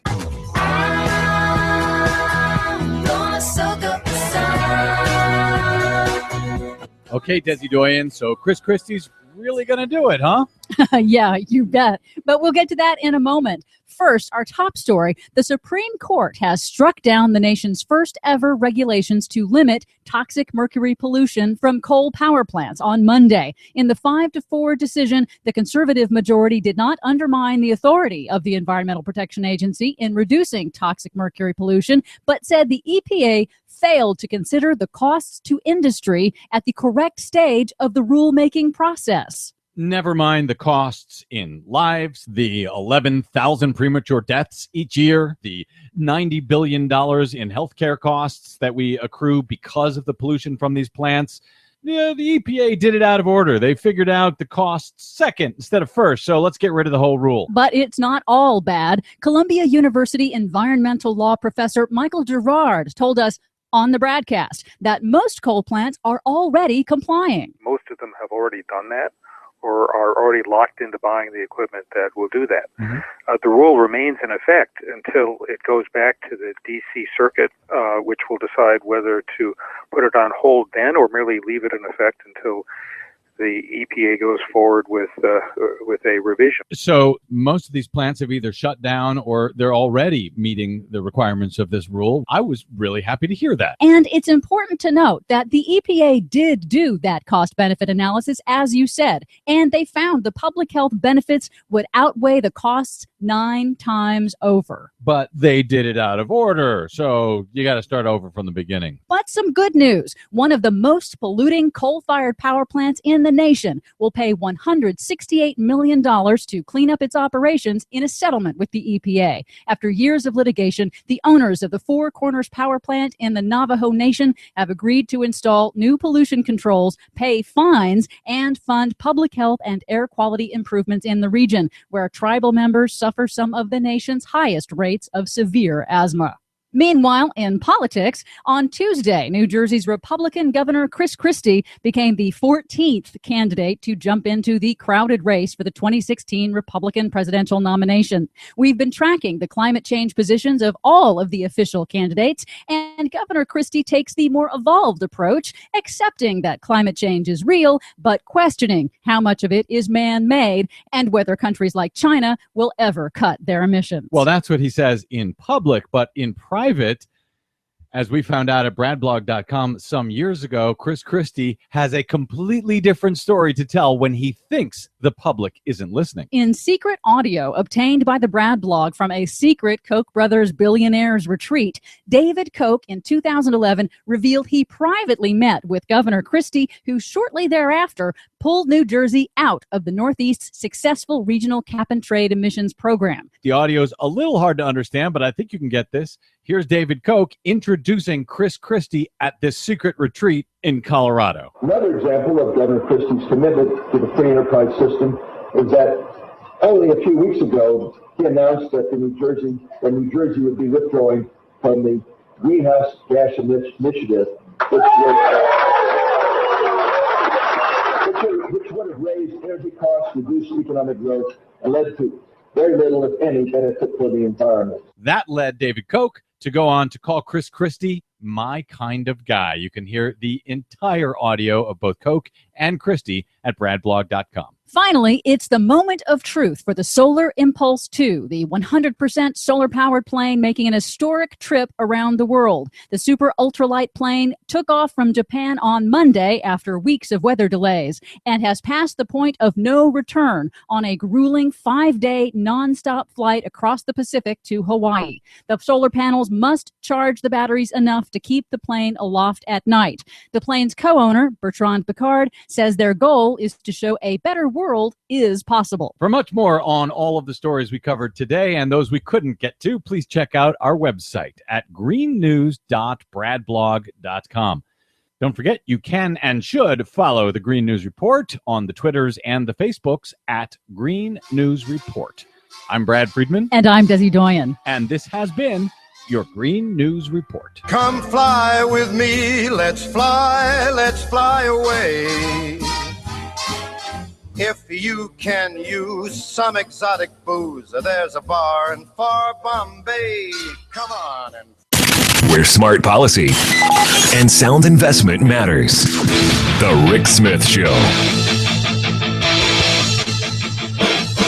So you wake up in the morning just to work and fight yourself, and then somebody tells you that you're owned by someone else. So what's it all about? It's money! Work it out! Welcome back to the Rick Smith Show. So the president last week signed this executive order saying, we might want to be moving away from giving people nice little shiny badges with a cute little name and a new title and actually giving them, some money. Seems rational, seems smart to me. Something I've been saying for years should have happened, years ago. This idea that I do one managerial task in my 40-hour week and somehow I'm anointed as a supervisor and I'm in the management class. Thus, I don't get to collect overtime. Always seemed dumb to me. And it appears the president has decided to move forward. And look, the number to be considered management, $23,660, that's almost an insult. It's just my thought on it. But here to talk a little bit about the president's decision and this executive order and where this goes, I've asked Brandon Duke. He is a policy analyst at the Center for American Progress's Middle Out Economics Project. Brendan, thanks for taking time for us. Happy to be here, Rick. So I look at this and it seems to me, one, I don't know how it got to be so screwed up. That $23,660 is where we've put the congratulations. You're the head of you're the management. You get to work 100 hours a week with no overtime. I don't know how that happened, but I'm glad it's no longer going to be the case. I absolutely agree with you. I think, what's really important is where we're going forward. So the overtime threshold is broken right now, and the president has unveiled a plan to go fix it. And I think that's really exciting. And he's also not just going to be raising it to $50,000, which is where it stood back in the 1970s when you adjust for inflation, but he's also announced a measure to prevent it from getting broken again, which is it is going to be pegged to the 40th percentile of earnings. So it will go up as wages go up. It will go up as inflations go up. So this travesty never happens again. Wow. Maybe here's an idea. Since I didn't know that part of it. Maybe we could do that with our minimum wage so we don't have to go an entire presidential term without raising it. That's absolutely right. And, the unfair thing about this, is that, the failure to adjust these, basic labor protections for inflation has, been a big driver behind middle class stagnation. But if you look at, for instance, income tax brackets, those go up with inflation automatically. So that, millionaires, the amount that they're exempt from their taxes goes up each year with inflation. So that's already taken care of. But when it comes to the minimum wage, when it comes to overtime, at least until now, inflation eroded those standards. So that's why this is a really important step. And I hope that we do the same thing with the minimum wage in the future. Yeah, I'm with you. But I hope everyone heard what you just said, because that really shows where the laws of this country are stacked against working people. The fact that every year the tax brackets go up with inflation so that the wealth class can dodge more and more taxes while incomes stay stagnant. I think that says pretty much all we need to know about what the political class has done to working people in this country.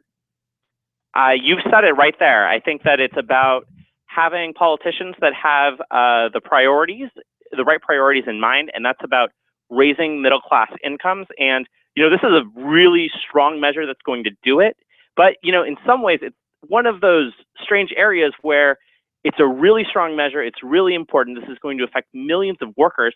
But at the same time, it's quite modest. It stands where Gerald Ford raised it back in 1975. So this is a real basic thing that, really collapsed. And it kind of shows where these labor protections have gone in our country, where, Barack Obama has basically updated it to the Gerald Ford standard. Yeah, I got to tell you though, I'm and looking at our political system right now, I'm pining for the days of Richard Milhous Nixon and the good socialist president Dwight David Eisenhower, who also updated the overtime threshold. Exactly. And well, honestly and truthfully, there have only been two presidents since minimum wage has been in effect who have not raised the minimum wage, and one would be Ronald Reagan, and the other would be obviously our president right now. Yeah. Which hopefully we're going to be able to fix in the future. And if not, I think that, it's really important that we tell our, elected leaders, both at the national and also at the state and local level, that it's really important to raise the minimum wage, because even if Congress won't do anything, states, cities are really moving forward on the minimum wage to put money back into workers' pockets. So let me ask you this question, because the president has done this. It's gonna. I guess it was unveiled today that in order to be considered management and thus exempt from overtime, you'll now have to be paid $50,400 as opposed to what it was yesterday with $23,660. And I'm sure there's a window for this to happen over the next couple of months. What happens when the next president comes in? Is this something that can be undone? I'm not a lawyer, but I believe so. That the president has the ability. The president of the Department of Labor have the ability to set the threshold and update it for inflation, and it would be up to them to not update it for inflation. And so that's why it's really important that we have leaders who stand up for working people, who will do it. Hopefully, though, this kind of sets a basic standard and expectation that the overtime threshold goes up. And so it becomes really hard for even a president who doesn't believe in these basic protections to not let it go up. Good point. And I guess it would be really bad messaging to say, we're gonna cut all of your pay. That's right. And especially, the thing about overtime is that, the minimum wage is really important, but one reason why it doesn't speak to some voters is because they don't think it affects them. Overtime absolutely does. I think both because it's going to be affecting people making up to $50,000 a year. So, that's a broad swath of people. And then the other thing is, I think everybody can identify with the idea of working hard, trying to get ahead, but feeling like you're treading water because you just can't pay your bills because your wages aren't going up. And I think the vast majority of Americans can identify with this and thinks it's a good idea that when you work extra, you should get paid for it. I'm with you. I've always been against the idea of a management class that's paid a salary thing, because they generally get exploited. And part of me is like, okay, you deserve that, but you're still working. And I think at some point, if you're trading the hours of your life for wages, you should be at least paid for those hours. I think that's a basic principle that every American can get behind. But the reality is, you go to too many of these fast food places. You go to some of these. I drive a truck on the weekends, and I go into this one particular warehouse where the kid only makes $30,000 a year, working like 60, 70 hours a week. and this is what he's one of these people who are being exploited because he wants to make more money. He wants to work by the hour, but they've anointed him management, and he's got the choice of continue to do the job or to quit. And he's kind of stuck. And I think this happens to a lot of people that the law has left behind. And I'm glad to see, at least on this case, I think the president's done the right thing. Absolutely. And, the other thing about that kid is that kid, grew up in an era when, like me, who, I graduated college in 2008. So I definitely, this is the only kind of job market I know, that, working in an era where unions are about 6% of the private sector workforce, where the minimum wage is, at a really low level, and that there's a ton of slack in the labor market, that employers have a lot of bargaining power. Yep. It's really hard to tell your employer, look, if you're going to make me work more, you should pay me more. It's really hard for a lot of younger Americans to think that way, just because we don't remember a period where the economy works that way. And that's why this is really important, is because even if there's been all these changes that have left workers less bargaining power, this gives them some power because their boss needs to obey the law, and they now have a tool to do that. And that's an important thing. And I think if you don't have a contract, if you don't have a labor union standing behind you, at least you've got something in the law that that protects you a little bit. And then the next part of that is the enforcement of the law, which is a whole nother thing. Yeah. But, you hit on, I think, an extremely important thing about that's what's going wrong in this country.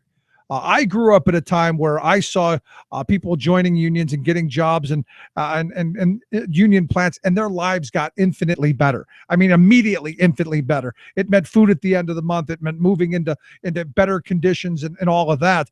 I think for at least a generation, probably two, that message has been gone, and the younger generation doesn't know any of it at all. They just think that, well, unions were something that we needed 100 years ago, and that's ancient history. Yeah, I mean, I think that you can see with stagnant wages, with the combination of stagnant wages, and then also politicians who can, vote to tank the economy, vote against raising wages without facing any political accountability, shows why it's important that workers have a voice. And that's the really important thing that I think is missing from this country. Do you think with all of the organizing that's going on in the fast food industry and in the big box retail place where we're seeing all of this activity, especially with young people who definitely know that they're getting the short end of the stick, do you see a union membership drive going up? Do you see density going up among your generation? I would say that a lot of people in my generation, among the millennials, definitely see the need for a voice. They definitely see a need for those basic rights that no longer exist. I think the important thing that we need to do as people who believe in the labor movement, who believe in collective bargaining, is help people connect those dots that that their employer is screwing them does not have to be that way, that they can change it, and that there's a set of ways to do that have been in American law since the 1930s. So I think, we see a lot of, the restaurant opportunity centers. We see a lot kind of stirring around. And I think it's really important that we help young folks connect the dots and see that, there is a way to solve this and to direct that energy into a way that actually will make a huge difference. So last line of questioning I've got on this then. They signed the executive order last week. They unfurled it today. What's the implementation period? Do we know? So they haven't quite announced all the steps there yet. There's going to be a comment period. It is looking like it's going to be 60 days. So it's really important. And this is something that you and all your listeners should do. Go to www.fixovertime.org. There you can actually calculate how much. There's a calculator that will calculate how much more you could earn under the overtime legislation, under the new rule. But most importantly, you can submit a comment letter to the Department of Labor to show them that Americans really want this, that workers really want this. The Department of Labor then is going to take all of these comment letters, weigh it, and then announce the regulation. I believe they're talking about it coming out in 2016. It's unfortunately way too slow for, it's a lot slower than we wish it was, but that's why it's important that it's going to be linked to wage growth from now on so that this doesn't have to happen again. But it's really important for people to go online and submit comment letters because we definitely know that employers are going to be doing that, telling people to vote to oppose overtime. So it's at fixovertime.org. We'll make sure we get a link at the ricksmithshow.com. And that's an important thing that you said that I think the threats are going to be coming, and we already know what they're going to be. If you don't send a letter oppose this, you're going to lose your job, and if I have to pay you more and I pay you overtime, we're going to lose jobs. I can just hear the squealing right now. Yeah, I mean it's about as predictable as if you drop an apple, it's going to fall to the ground. Yeah. If there's a measure that's going to increase wages, we're going to hear about why it's going to hurt the economy. But in reality, we know that when workers have more money, businesses have more customers, and that's how the economy really grows. So even though, we hear all this talk about, how this is going to kill the economy, we really do know that the economy grows best when workers have money in their pockets, and this is one way of accomplishing that. There you go. Brendan, I appreciate you taking a little time for us. Thanks so much. Yep, love to be here, Rick. Great talking with you. Brendan Duke, he's a policy analyst for the Center for American Progress's Middle Out Economics Project. You can check out some of their stuff. Click on Brendan's name. It'll take you right to their website at the Center for American Progress. Quick break right back after this. Stick around. You're listening to The Rick Smith Show. For working people from the top.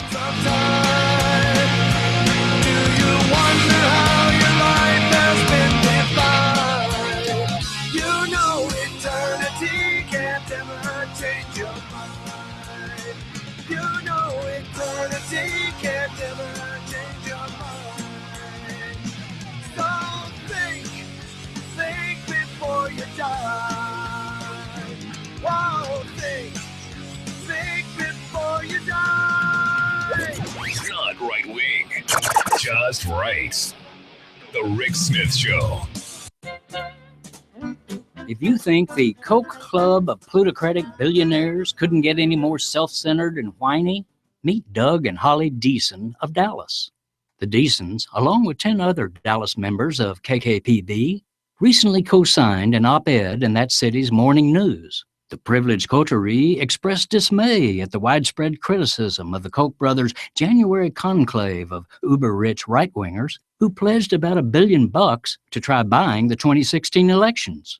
The dozen Dallasites were at that meeting, joined the pledge, and want us commoners to know that the Kochites are flooding the elections with so much money merely because they want to install a national government that is, quote, impartial and accountable.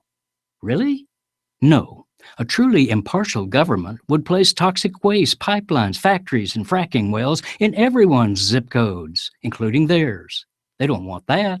Also, these notorious tax dodgers certainly don't want to have every dollar of their income taxed, just as, say, school teachers do.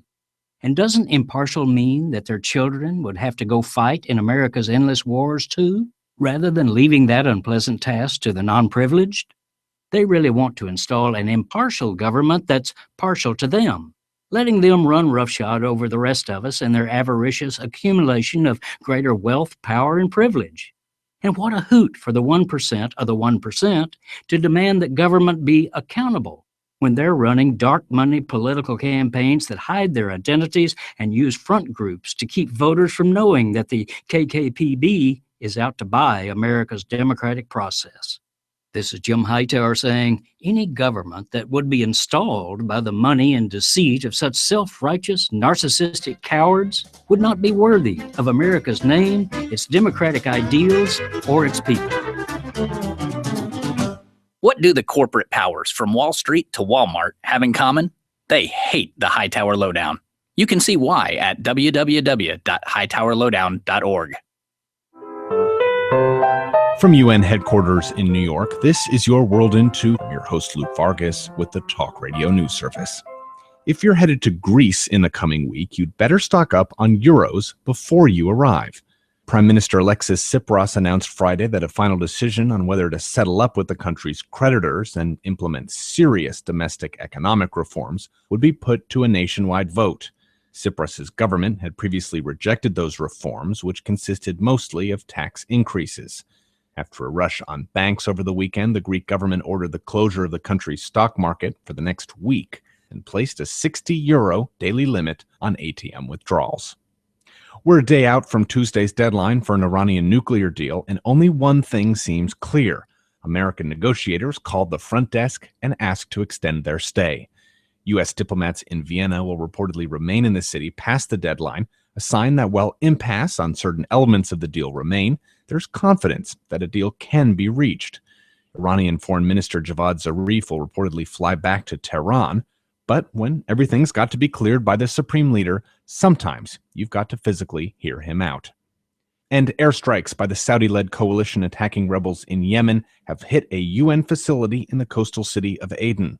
One guard was injured during the bombing on Sunday, and the building, which was used by the UN Development Program, was severely damaged. Saudi Arabia, along with 5 regional militaries, has led airstrikes on Houthi rebels in Yemen since March, after they seized control of the capital Sana'a and forced President Abdrabbu Mansour Hadi to flee to the city of Aden. Months of airstrikes have done little to stop the Houthi advance and have instead killed thousands, and ravaged the country's already poor infrastructure. For more global news headlines, visit talkradionews.com. Would you dive 14 feet deep in the Susquehanna to keep a bridge safe? Would you spend night after night with prisoners to keep your community safe?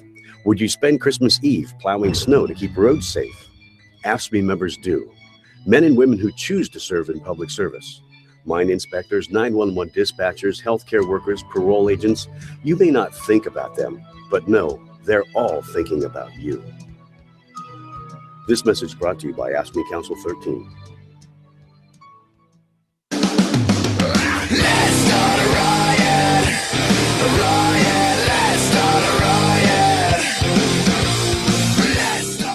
Welcome back to the Rick Smith Show. Check out the website, thericksmithshow.com. If you've missed any portion of the program, make sure that you check out the website at thericksmithshow.com. If you've missed any bits and pieces of it, we've got links there. Also, get the app on the smartphone. You can take the program on the go wherever you go. And as always, you can email me here, Rick at thericksmithshow.com. Interesting. And I'm thrilled that the president's signing this. It's, to me, the weird thing about it is he's going to be signing it. He's going to be signing it in Wisconsin. Sure would have been nice if he could have found Wisconsin. Oh, I don't know, 5 years ago. Just kind of a thought.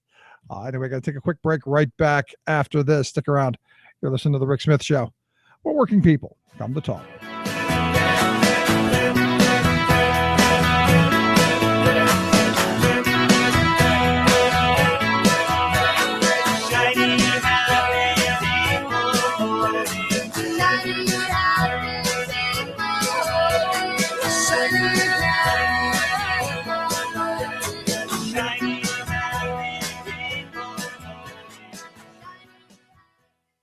You're listening to The Rick Smith Show. For more information, go to thericksmithshow.com. If you've missed any portion of the program, you can download the podcast at thericksmithshow.com.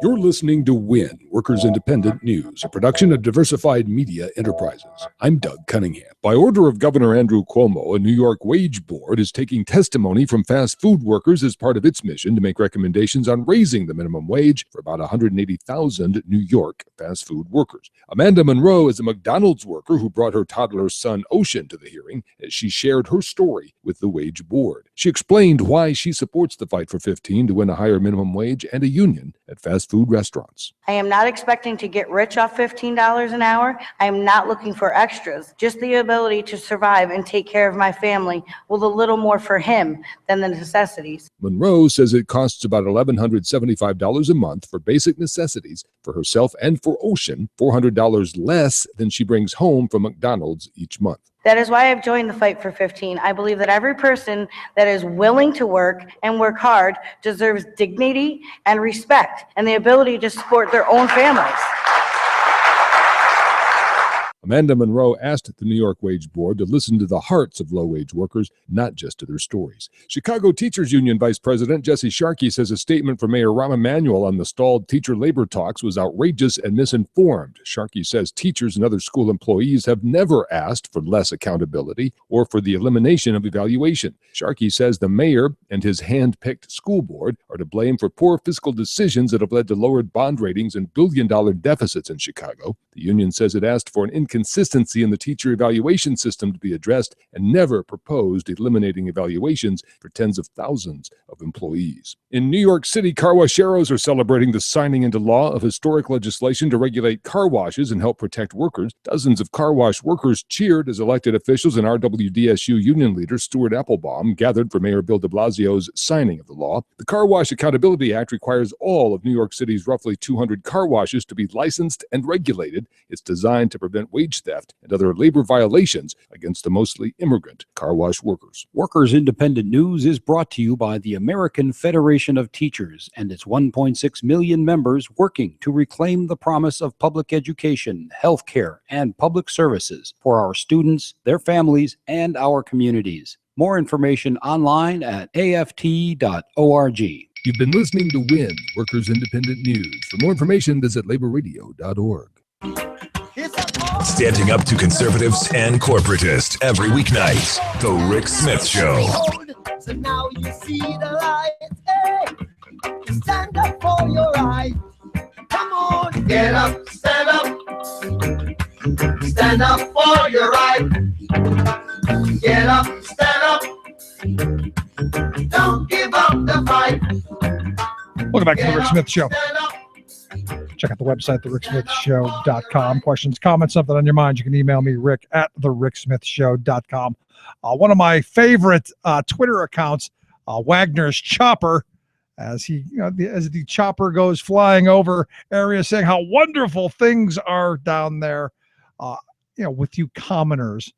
I find it very interesting that, you look at the fact that the Corbett years, we fired something like 30,000 teachers and education professionals. And we hear every day from teachers saying things are much more difficult. Kids are getting less opportunities. Class sizes are growing. We hear from the school districts that they just don't have the money. And yet we've got a Republican Party who came up with a scheme of a budget that adds a whopping 3 cents to the funding that we have for every child in the Commonwealth.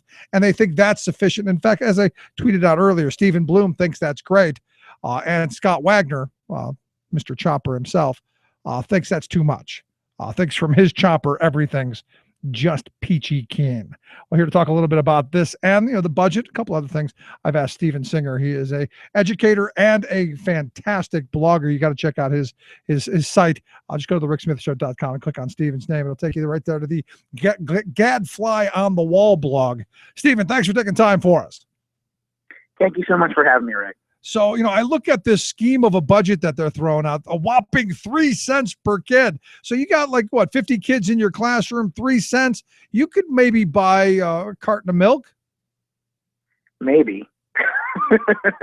Maybe. It's absolutely ridiculous. And the thing that kills me is it's a product of this strange Republican math that that our legislature seems to have, like under Governor Corbett, where people would say, hey, you're cutting $1 billion from education. They'd say, oh, no, we're not. If you do this, carry the one and divide by 3 during the full moon, you'll see we're actually, no. And it's the same thing with this budget proposal. They're saying, oh, look, we're going to add $120 million. But when you actually look at the money, what they're actually doing with it, when you take out the money that's actually Social Security payments or pension payments, it comes out to, I think it's $8 million that would actually reach the kids, which comes down to about 3 cents per kid.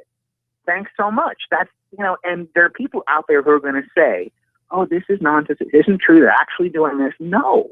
It comes a point where you have to look at reality, at what actual numbers are, where the money is going, what you're using it for. It reminds me, I kind of think of like going on a long trip with somebody, and you say, well, you were supposed to put in gas money, and they'd say, oh, no, I got the chips. Well, that's not the gas money. Oh no, I counted the gas money because it's stuff I'd be eating while we're driving in the car. It's nonsense. It's absolute nonsense. But the sad reality is the talking point is there. Well, we're raising the spending on it. Even if it's a penny, we still raised spending, and we're still spending more, even though all the costs of everything goes up and all of that, that's their talking point. Yeah, and after they already, cut you off at the knees, they're saying, oh, we're going to give you a little bit more. You already took $1 billion a year for 4 years away from public education, which was having its problems to begin with. We already have problems in terms of how we allocate money. We already have problems in terms of property tax relief. And on top of all that, you took away this huge amount of funding, compounded it for 4 years. And now, yes, you're right. You're adding a tiny amount back. That's not really going to go very far. It's time to clean up your mess.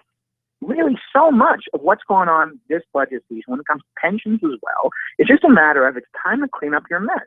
And, to his credit, the Democrats and Governor Wolf, their proposals have, for the most part, been pretty much, okay, let's clean up the mess that we have here that took us, in some cases, 17 years, in some cases, 4 years, in some cases longer. Let's actually start moving forward. And unfortunately, the most of the Republicans in the legislature, the House and the Senate, just refuse to even talk about it. They're holding the budget hostage. They're holding this school money hostage to all kinds of other issues that they couldn't solve when they had, all the entire legislature and the governor's mansion on their side. They couldn't solve it. Right. And now, it's, part of it is posturing. Part of it is just politics. Part of it is people trying to play a game, saying, okay, if we wait till this point and the governor vetoes it, and we come back, on the 4th of July or after the 4th of July, and we can fix it. Some of it's that. But the weird thing, the scary thing is there is a percentage, and I don't know what percentage it is, but there is a percentage of GOP lawmakers who really believe this stuff. These Tea Party folks that think that go into government because they hate government. Government shouldn't do anything. And they go in there and they make sure it doesn't. Yep. I think you talked about Scott Wagner a moment ago. Wow. What a statement. What a statement from him today. He said, if I'm not mistaken, I think he said, if we laid off 10% more teachers, we'd never miss them. So that's about 18,000 more teachers. On top of the over 30,000 that were slashed during the Corbett years. Yeah. So if you add that together, it's ridiculous. Who's supposed to teach these kids? Well, I mean, from his helicopter, he wouldn't notice the difference from way up there in his ivory tower world, and then maybe the schools that he goes and he looks at, which I'm sure are the most well funded in the state. Because if I'm not mistaken, the 3 that he flew over were in the very top of the best funded schools in the Commonwealth. I'm sure things do look pretty rosy from up there. And that's the dirty secret. That's really the dirty secret of Pennsylvania, because Pennsylvania is the worst in the entire country in terms of equity, in terms of the amount of money, tax money, that we spend on rich kids versus poor kids. It is not at all even close to equitable. And again, the legislature, actually, even a lot of Republicans came together and they came up with a really good funding formula, a way to decide how we spend money on education now. And I mean, they really did make some progress. I mean, yeah, we had it before Corbett came in and threw it away, but okay, now we've got it back and maybe it's even a little bit better than it was. So, at least we are making steps in that direction, but it's a question now of, well, when do we put the funding formula in place? Right. Do we do it this year? Do we, I think most of the Democrats and Governor Wolf, and I think correctly, are saying, first, we have to heal the damage that was done over the last 4 years. And then you start to put this in, because right now, these poorer districts that rely more on state tax revenue than the others need the help. Pennsylvania, the sad thing is we're one of the 10 states that spends the least in terms of the state on public education. I think we spend it's about 36% of the cost of educating a child comes from the state. The rest comes completely from local taxes. That's insane. It is insane. And I've talked to a number of school board members across the Commonwealth who have said, look, back when the state was funding education at a higher level, things were much better. When it was near 45, 50%, the state kicking in, things were so much better. But it's fallen, and in some districts, somewhere around 30%. That massive change has to be made up somewhere. And if you're in a poor district with lower property values and people who don't have high incomes, obviously you're going to be a school district that suffers and struggles. And it's certainly the case too. I mean, all you got to do is ask the people on the ground. And I'm not even just talking about teachers. You don't have to ask anybody anything. Just go to one of these schools. Go there yourself. Walk in. Just walk into the entryway and then walk out. And then go to another school. Like where I live, when I walk into my local school district, which I think is actually a pretty good district, but if you just look at the facilities, if you just walk and see the building itself, go into the entryway, and then you go to another school just a little bit down the road, a richer neighborhood, walk in. You don't even have to walk in. You just see the building itself. One looks like something out of Dead Poets Society, where, some kind of prep school. I mean, it looks like this Ivy League kind of place with these, these venerable stones. The other one looks like something that was, well, like what it is, something that was put up hastily in the 70s with, tape and gum bands, and they're doing the best they can. But there's a huge difference. You can just see it with your eyes. You don't have to ask anybody or look at a spreadsheet, but you certainly can. You'll see that the difference is huge. Yeah, and as long as you keep the chopper away from there, nobody knows the difference. But what bothers me is what we've done in this country, and I blame a lot of our legislators for this, is we've given tax cuts to the very wealthy and continually given tax cuts to businesses who have walked away from their responsibility to we the people in society.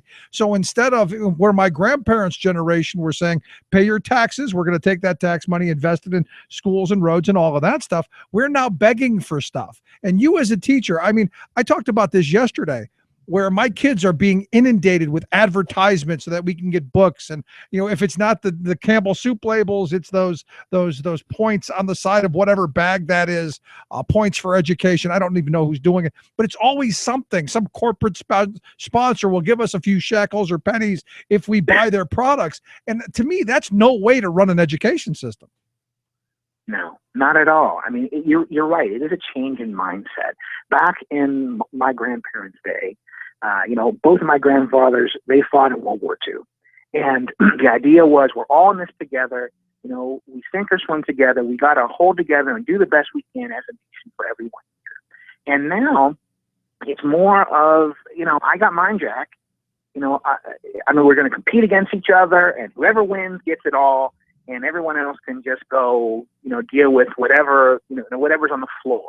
It's definitely a change in how we look at things. And it's sad. It's very sad, what we've come to. So let me ask you this. How do we change this? I know in July, the weekend of the 24th and 25th, we'll be in Washington, D.C. for the BAT Congress, which is teachers from all across the country coming together to talk about these issues.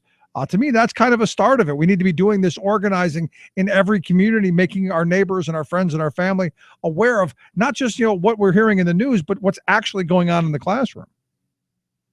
Thanks so much for bringing that up. Yeah, I mean, the BATS, or the Badass Teachers Association, which I am a member of the leadership team, we're a national group. We have a whole ton of members. The number is escaping me at the moment. But we're getting together in Washington, D.C., July 23rd through the 25th, and we're having a Teachers Congress. Teachers have kind of been left out of the conversation when it comes to education, which is strange. Well, Stephen, you would think would be at the center. You can't be involved in the conversation. You can't have a seat at the table when you're on the menu. Come on.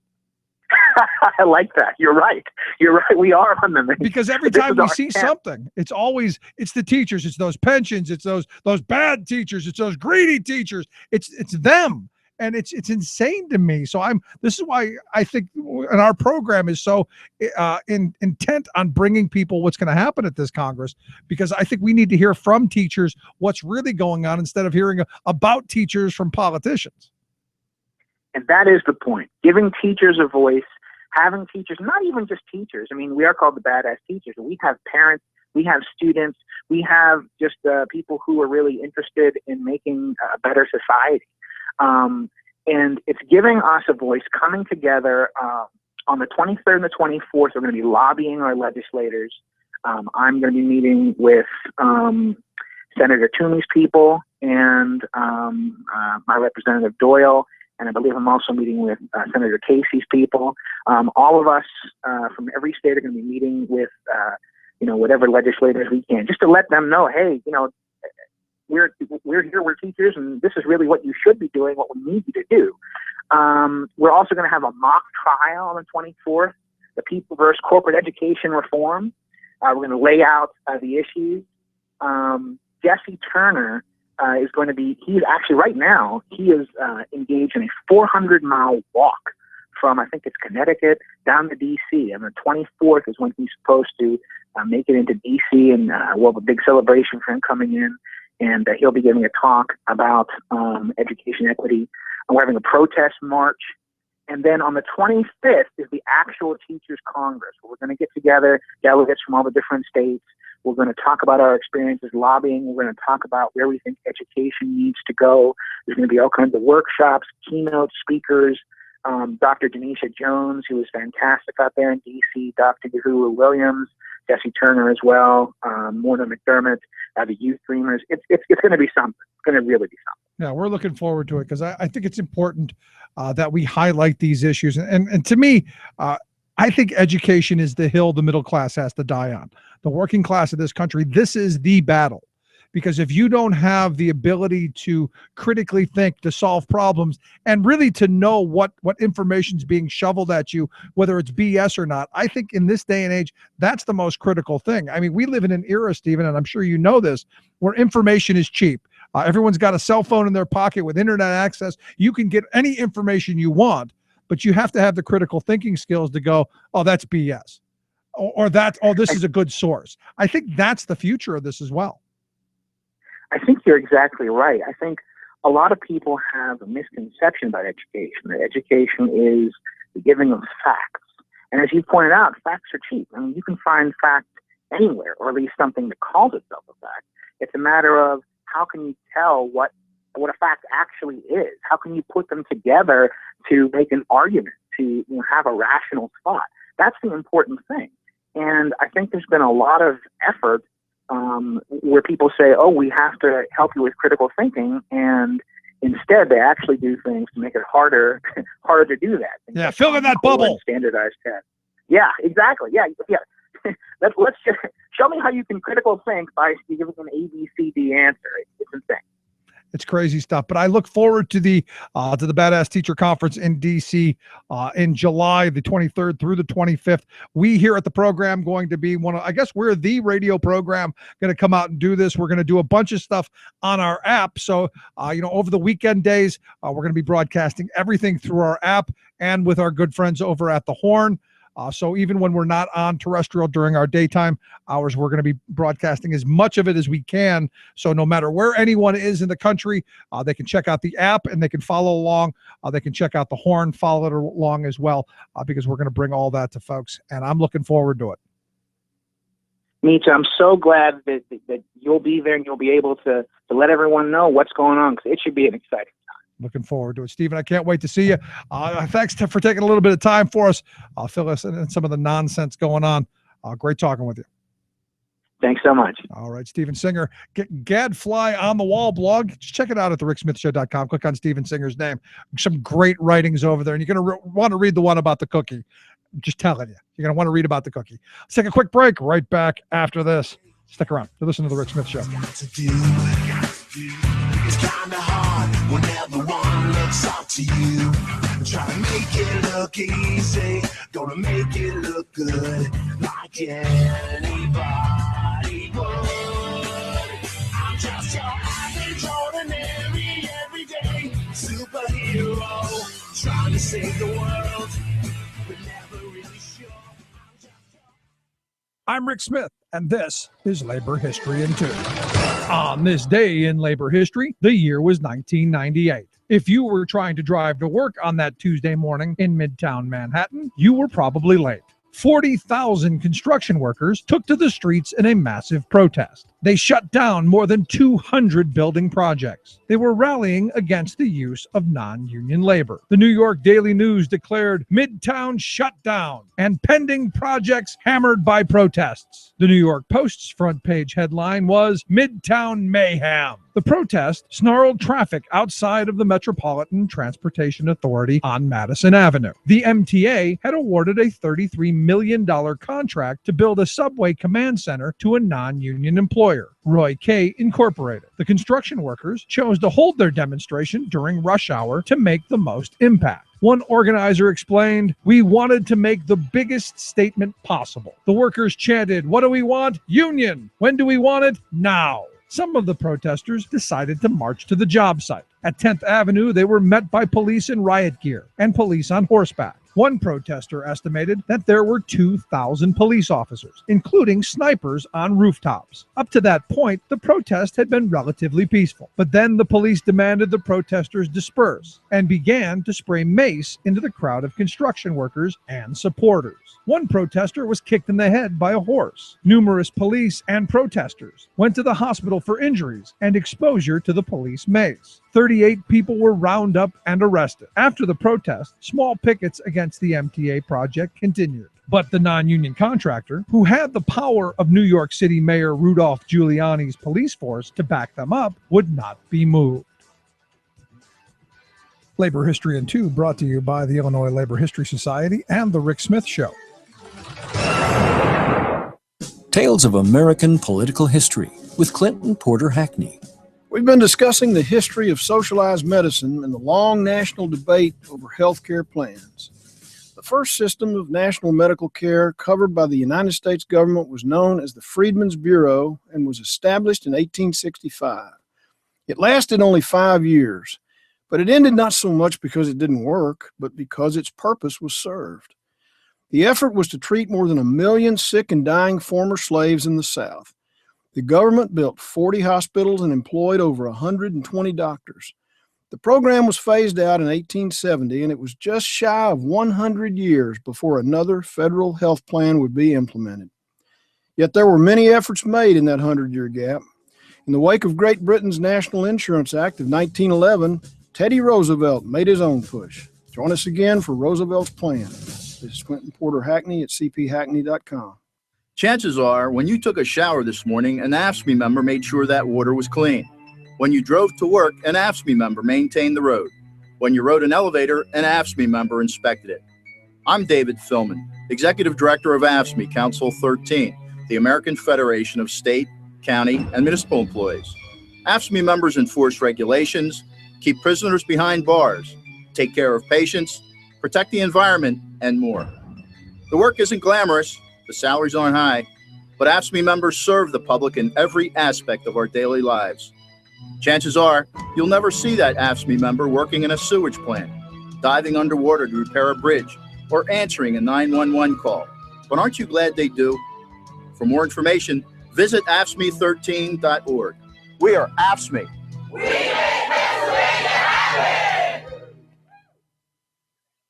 Where I come from isn't all that great. My automobile is a piece of crap. My fashion sense is a little whack, and my friends are just as screwy as me. I didn't go to boarding school. Welcome back to the Rick Smith Show.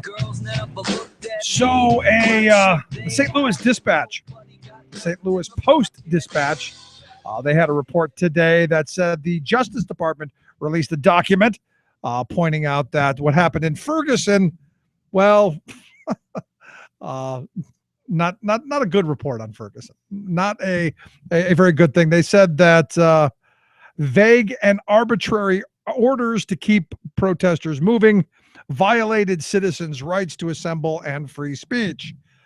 That's what they determined was part of the U.S. Court injunction. They also pointed out that law enforcement released information not really in a very timely manner. They believe that it had law enforcement, said, hey, this is what happened, and the flow of information kept coming, that maybe you wouldn't have had the continued distrust of the police department and the skepticism from folks like me and the media. They think it would have been lessened. And I got to think that, one of the other things that they pointed out is that the use of dogs, those dogs growling with the teeth, that they use for crowd control probably incited a little bit of fear and a whole ton of just a little bit of anger as well. And that they might want to consider possibly prohibiting the use of dogs against American citizens. And that, the tear gas that they used occasionally, they did without warning people and to people who didn't have a chance to escape. Kind of a bad practice. And, okay, yeah, great. The Justice Department released the report. Great. We knew all this, didn't we? Didn't we know all this? Yeah, I'm just shocked. I'm flabbergasted that actually happened. I thought we were living in an actual democracy. I'm actually shocked that a report was done on it that says it was a bad idea to shoot tear gas to people in a corner. It was a bad idea to use dogs on people. It was a bad idea to be hush hush. I'm surprised that a report says that. Yeah, well, I mean, there are a lot of reports out there that say the less gear, riot gear that cops are wearing, the more friendlier the protests will be. I told you my experience with the cop who gave me the ticket. He came out, looked like he fell out of Afghanistan. He's got the whole military jumpsuit, the paramilitary jumpsuit. I thought he was going into Grenada. You go, really? What happened to Mayberry? What happened to Andy Griffith with the bullet in his pocket and a smile? Hey, how you doing? Nothing. I mean, we've trained cops to be angry punishers. They're not protecting and serving. Get out of here. Yeah, I mean, I've gone to demonstrations in New York City, and they're out there wearing the shields and the face mask and the helmets and everything.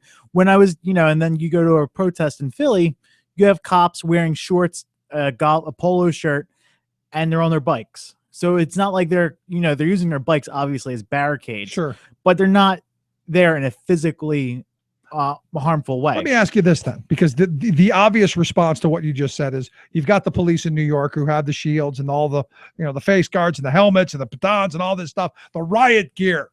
Could you say they're just trying to protect themselves? Could you say those angry mobs of grandmothers with cookies like we found and sweet potatoes like we found in Wisconsin? The police need to be protected from them. No, I think they're trying to protect the bankers, the 1%. But but there is a belief that look, you've got all this overwhelming number of people, and the police need to be protected from them. No, I don't think so. I think if you're not wearing the riot gear, people will be respectful to you. They'll be a lot more respectful. So to people, you say that people will be more. The psychology of it. You're in a more pleasing manner. As the authorities, and then you're tempering down the crowd. You're not provoking. You're not inciting, and you're not raising the atmosphere of conflict. I agree with you. Just like I agree with the people who say if you didn't put a face mask on helmets, people would be during football they'd be a little more poking eyes, and they'd be less likely to lead with their head. Yeah, there is that. But and this report kind of lays that out. That maybe, and I said this right from the beginning. I mean, that it's how we train our police departments. That crowd control is about rounding people up with giant orange fence stuff and dragging them into a fenced-in area, like we saw in New York City, as opposed to allowing people to have their constitutional right to freedom of assembly. Now there was one occasion, and we had to run in with the Philly police when we were protesting Governor Corbett last winter. He was at Central High School. He booked because there was hundreds of parents and teachers outside protesting. So we jumped right on the subway, went right down to the Union League building in Center City, Philadelphia. And we were trying to block Corbett's cars from leaving. And the cops were shoving their bikes into us. Yeah. Obviously, now you're inviting conflict with that, like trying to sit down in the middle of the street, blocking the governor's motorcade from leaving. But, but it was 20 of us. We weren't going to start a riot in the middle of the city. We couldn't. Well, they don't know that. I mean, I understand from their perspective, if you're blocking the governor's motorcade, now the governor could be in trouble, just like a president could be in trouble. I kind of get that. But yeah, what we saw in Ferguson was way over the top. And as I said back then, you got to understand that area. And it doesn't, from what I've seen, doesn't talk about this at all. That is one of the highest, that Ferguson, St. Louis area there, one of the highest number of defense contractors and military armament suppliers in the world, right there in that area. So it's not surprising to me that their police force looks like a military. Yeah, I could see that. Just is what it is. Let's take a quick break. Right back. Stick around. Listen to the Rick Smith Show. Ain't gonna take it, it's our time. We want the world and we want it now. We're gonna take it anyhow. We want the airwaves. Not right wing, just right. The Rick Smith Show. Stay alive. This is a rule that actually regulates toxic pollution emissions from Primarily coal facilities. Supreme Court strikes down first ever mercury pollution rules. Sit down and shut up. Chris Christie jumps into the 2016 race. We'll tell you his position on climate change. Coal plant forced to clean up toxic air pollution in the Navajo Nation. Plus, if we have to ditch or to bail out, we will be a couple of thousands of miles from any island or coast where somebody can rescue us. solar-powered plane finally takes off on dangerous Pacific Ocean crossing. All of those dangerous missions and more straight ahead. From BradBlog.com, I'm Brad Friedman. And I'm Desi Doyen. Stand by for 6 minutes of independent green news, politics, analysis, and snarky comment. And Jesus Christ returns to Earth, declares man-made climate change real. GOP responds, he's no scientist. This is your Green News Report.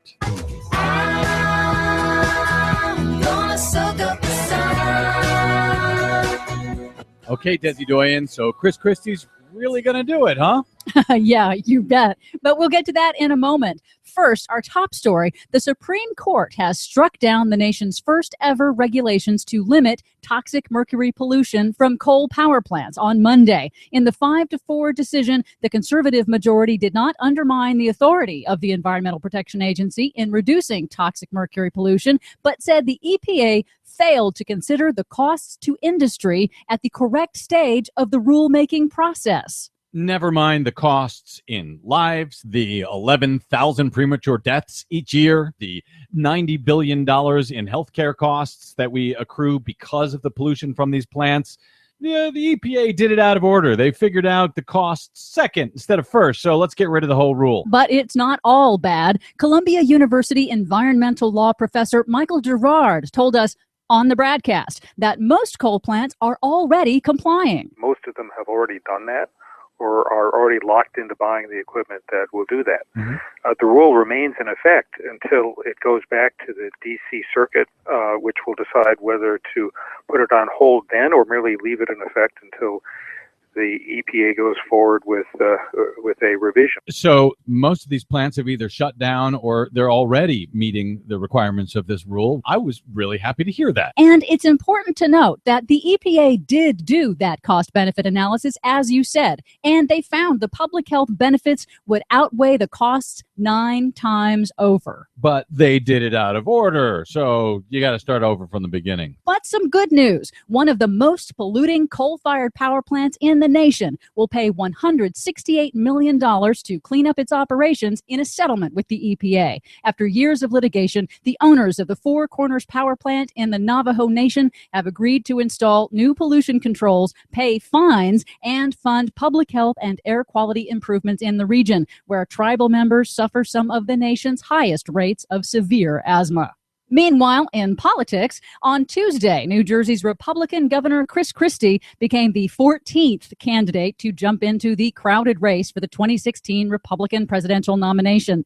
We've been tracking the climate change positions of all of the official candidates, and Governor Christie takes the more evolved approach, accepting that climate change is real, but questioning how much of it is man-made and whether countries like China will ever cut their emissions. Well, that's what he says in public, but in private, as we found out at BradBlog.com some years ago, Chris Christie has a completely different story to tell when he thinks the public isn't listening. In secret audio obtained by the Brad blog from a secret Koch brothers billionaires retreat, David Koch in 2011 revealed he privately met with Governor Christie, who shortly thereafter pulled New Jersey out of the Northeast's successful regional cap-and-trade emissions program. The audio's a little hard to understand, but I think you can get this. Here's David Koch introducing Chris Christie at this secret retreat in Colorado. Another example of Governor Christie's commitment to the free enterprise system is that only a few weeks ago, he announced that New Jersey would be withdrawing from the Greenhouse Gas Initiative, which would have raised energy costs, reduced economic growth, and led to very little, if any, benefit for the environment. That led David Koch to go on to call Chris Christie my kind of guy. You can hear the entire audio of both Koch and Christie at BradBlog.com. Finally, it's the moment of truth for the Solar Impulse 2, the 100% solar-powered plane making an historic trip around the world. The super ultralight plane took off from Japan on Monday after weeks of weather delays and has passed the point of no return on a grueling 5-day nonstop flight across the Pacific to Hawaii. The solar panels must charge the batteries enough to keep the plane aloft at night. The plane's co-owner, Bertrand Piccard, says their goal is to show a better world is possible. For much more on all of the stories we covered today and those we couldn't get to, please check out our website at greennews.bradblog.com. Don't forget, you can and should follow the Green News Report on the Twitters and the Facebooks at Green News Report.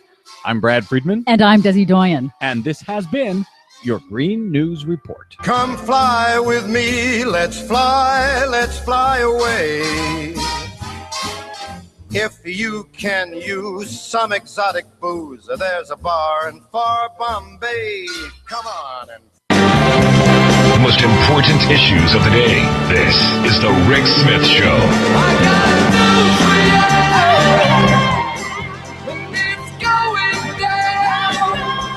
before you come home and tell me you're not angry, and I'll be leaving. While he's in, another clown jumping on the clown bus. Chris Christie is in, and what does that mean? I mean, does it mean now the field gets even crazier? Does it mean maybe some legitimacy? I don't know. I can't wait. There've got to be at least 10 more to jump in to make this a really fun game. Anyway, let's find out what's going on in Washington, D.C. and around the world. Bob Ney, Talk Radio News Service. Bob, thanks for taking time for us. Thanks, Rick. And we will have one more edition. Ellen Ratner and I have an Ohio governor, and he's going to jump in the 21st of July, John Kasich. So Kasich's going to jump in too. Yes, And he what's is, the his 21st claim? of July. What's his claim to fame? Why would he jump into the middle of this stuff? Well, this is my take on all of this. And John Kasich and I shared a county for a few years in Congress. We split a county in half in Ohio. I know him well. He actually stands a better chance technically anyway than Chris Christie in the sense that he's higher in the ratings in his state. He did kind of a Scott Walker, but repaired some damage, with labor. He was the big time guy with Tim Penny, a former Democratic congressman, pushing for a balanced budget, which happened in 1998 with Bill Clinton and Gingrich and Kasich, etc. Having said all of that, I think his people said, look, everybody else is in there. You have much of a chance as anyone. This is my take on it, Rick, honestly. And I've said this today, all day long. I believe, and I could be completely dead wrong, that Jeb Bush will not survive, period, and he will leave this race. That's what I believe. And when he leaves this race, the whole thing is just going to absolutely be fisticuffs, Katie bar the door. And so I think these guys are all going to be hanging in there. Trump, we can say what we want about him. He's close to Jeb Bush right now in numbers. Wow, I know, and Now that could change if you get Bush out of there, and then everybody else starts at it. And that's going to be the fun part. I mean, Yeah, because well, my part is, I think it's going to be an open convention. yeah, I mean that's going to be great. But my thought on this is, and you're the political insider here. That all of these folks who know they probably don't have a snowball's chance. It's about gaining name recognition and, oh, by the way, raising a boatload of cash that will give them some power where they sit currently. That to me, that seems to be the other part of this. Well, I think, for example, with Trump's case, I don't believe that's the case because he has gazillions of I just think $8 Trump's billion. crazy. I think Trump's just crazy. I think But- some of the yeah, other but, ones, the cruises and the rest of them. I think that's different. Right. Yeah, I think some of the guys are into hawk books. They're in to make money. You get to keep the campaign money. You can use the power base. But I still think that, just to name some of them, I think Rubio, Kasich, Christie, Walker, who will be in it, Rand Paul, and I'll stop with all those. I think that they believe in their heart of hearts that Jeb Bush is going to not survive. And when he jumps out, who's there? You got the book hawkers and the people that want to raise campaign money, but then you got a few of them, maybe 3 or 4, that can actually, most likely walk in the convention and try to get a nomination. But I think the convention is going to be an open deal. That'll be fun.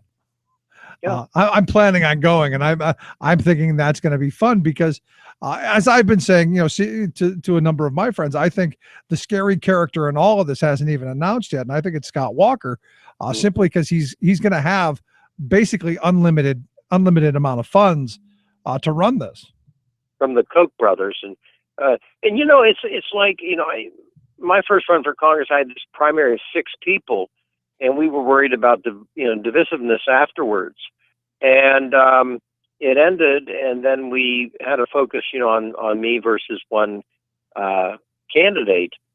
It depends on how those primaries end and how that convention ends, and then of course I don't know, I can't predict on the Democratic side how much more traction we get in a long period of time Bernie Sanders gets.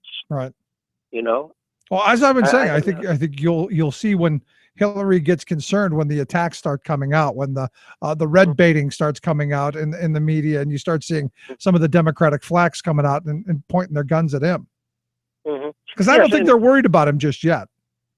No, but Bernie Sanders and Trump, a lot of observers feel share some similarity in this, and it's not bad hair. I serve with Bernie. I like Bernie Sanders. But the fact that the two of them are out there and are just outside the box. Trump because he has a ton of money and he's Trump, and Bernie Sanders because he's Bernie Sanders, and he's always fought the good fight of being frank out there out front. So there's some kind of vacuum here in America, and those two right now are putting some of the wind out there. And I think that's a good thing. I think having this conversation, especially for the working class of this country, to decide where we're at, because I'm sorry, the Tea Party type obstructionism isn't working. I mean, you look at Pennsylvania, look at Illinois, they're talking about government shutdowns. We're talking about scorched earth. It just doesn't seem to be working. And if you look at an average person, and let's take a Republican, I deal with all sides of the aisle, but let's take a average Republican. A lot of them, if you talk to them, putting aside some, maybe social issues, a lot of people do not appreciate, $54 million salaries, $27 million bonuses. They don't appreciate it. And so, somebody like Bernie Sanders, who may not appeal to them on a lot of issues, still strikes a chord, when he talks about the issues he talks about. So I think the candidate of either party that can sincerely talk about, the budget and the sane way to balance, but also can really truthfully talk about what they're going to do for working people, I think has an edge. I really do. Yeah, I'm hoping. I'm seeing the crowds that are increasing, and you're seeing the excitement. We were walking down the street, my producer and I, and he's got a Feel the Burn T-shirt on with a Bernie Sanders picture on it. And there were people going, "Hey, love that shirt." Right. I'm telling you, I served with Bernie Sanders. I was on the same committee for 11 years with Bernie Sanders. I co-authored some bills with him. I mean, the guy is seriously. I know what the mainstream media, said, but the guy is seriously fascinating. It really is. And the thing I like about him, and I think as maybe as people get to know of him, they're going to find that he's a genuine guy. What he says, he lives. Absolutely, he is. That's that. So, so it's very interesting. We also had some Supreme Court cases, which are fascinating too. Yeah, I hadn't heard. With redistricting. You can have a commission now because, that was ruled out by, one of the states. And now you can have that redistricting commission according to the Supreme Court. They define legislature as citizens voting. Right. So in states not like Pennsylvania, because we don't have ballot initiatives here or INR, the initiative in referendums, but in states that have them, they upheld that Arizona can have their districts drawn by someone other than the legislature, which I think is a great idea, a great thing. And the other Supreme Court, there's 2 more, but the other Supreme Court decision on the chemical used in lethal injection, and that it's, a chemical that's torturous and it causes pain. in the opinion written for the decision that it is, constitutional to use that chemical and lethal injection, it was fascinating to actually see the judges write that, well, the prisoners didn't come up with a good alternative. You've got to be kidding me. I mean, really? Yeah, well, They're that supposed and to come up with, kill me this way? yeah, that I prefer firing squad, please. That and Alito saying that it doesn't have to be pain free. That we can that cruel and unusual doesn't have to be pain free. That there's a level of pain, and who I don't know where that's at. That I guess is acceptable. I guess now the third ruling has a lot of substance to it, and it's going to be fascinating to see how the EPA deals with it. But the Supreme Court has said power plants, the ruling, and also with mercury and other issues, but with power plants and emissions, that the EPA didn't consider financial issues. And in other words, I guess they wanted the Supreme Court somehow says, well, there should have maybe been a slower kick into this rule, so that rule is going to have to be bounced all around again, President Obama's emissions rule. Which means it's done. But at the end of the day, my kids get to breathe the same kind of polluted air I got to breathe as a kid. Good, we could pass something along. Me too. I'm from the Ohio Valley. Yeah, I mean, so that's basically all they said. But going back to the lethal injection thing, Breyer's opinion was the important one that I thought. In the dissent, basically saying we need to rethink this whole damn thing. Whole idea of the death penalty as it is something we should be, and I'm hoping that this was kind of hey, if someone bring me a case and let's see if we can get this undone, because I think the death penalty is one, wrong, two, administered in a really unfair way, and sadly it's the poor people who we end up killing. Never seem to kill any rich people. Well, the other thing about the injection, and I'm not going to pretend I've studied this. Is it the case that you have to buy this package from a pharmaceutical company and it's a fortune? Yeah, it's really expensive. And the original chemicals came from overseas. When they found that we were killing people with it, they won't sell it to us anymore. And I only mention this, and I'm not trying to be crass here whatsoever. I volunteer with drug addiction, and there are people who, take one breath for life and one for death, and they're gone. And all of a sudden I'm thinking, there's, in our technological world, if you really wanted to develop a treatment for death, you could. And then I thought maybe the market's, in the hands of pharma. I don't know. Yeah. I just think I think it's a bad idea all the way around. I'm not a fan of state-sponsored murder. I guess I have a twisted position on it. I'm all in favor of vigilante killings, but not so much of state-sponsored killings. So you figure that one out. Finally, the president hath announced his overtime rule, and I think it's a good thing. Yeah, this one is going to be the devil in the details.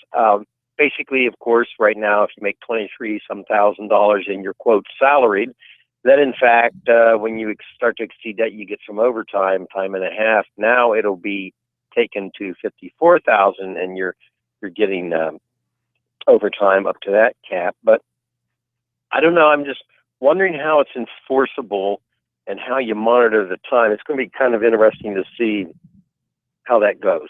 Well, all I can think of is, look, I know people who work in the fast food industry, for instance, and we've given them a title. They're making like 24 grand a year, but they have a title and they work, 50, 60, 70 hours a week. Whenever someone doesn't show up, they've got to go in and cover the shift. That's their job. And they don't get any extra money for it. They don't get any extra time off for it. So, the one person I talked to said they were working 65 hours a week because they couldn't keep people on the front lines. They didn't get any more money. At some point, I think you have to have time cards that say, how many hours a week you work. And I think overtime laws have to apply to that. If you're making more than $50,444 at some point down the road, and I guess the number was 2016 is what they were thinking would be the kickoff date, I think you can then get the exemption. That's just how I think it would work, right? I guess. And then, there is an exemption there too, and that's going to depend on how Labor Department defines administrative assistant.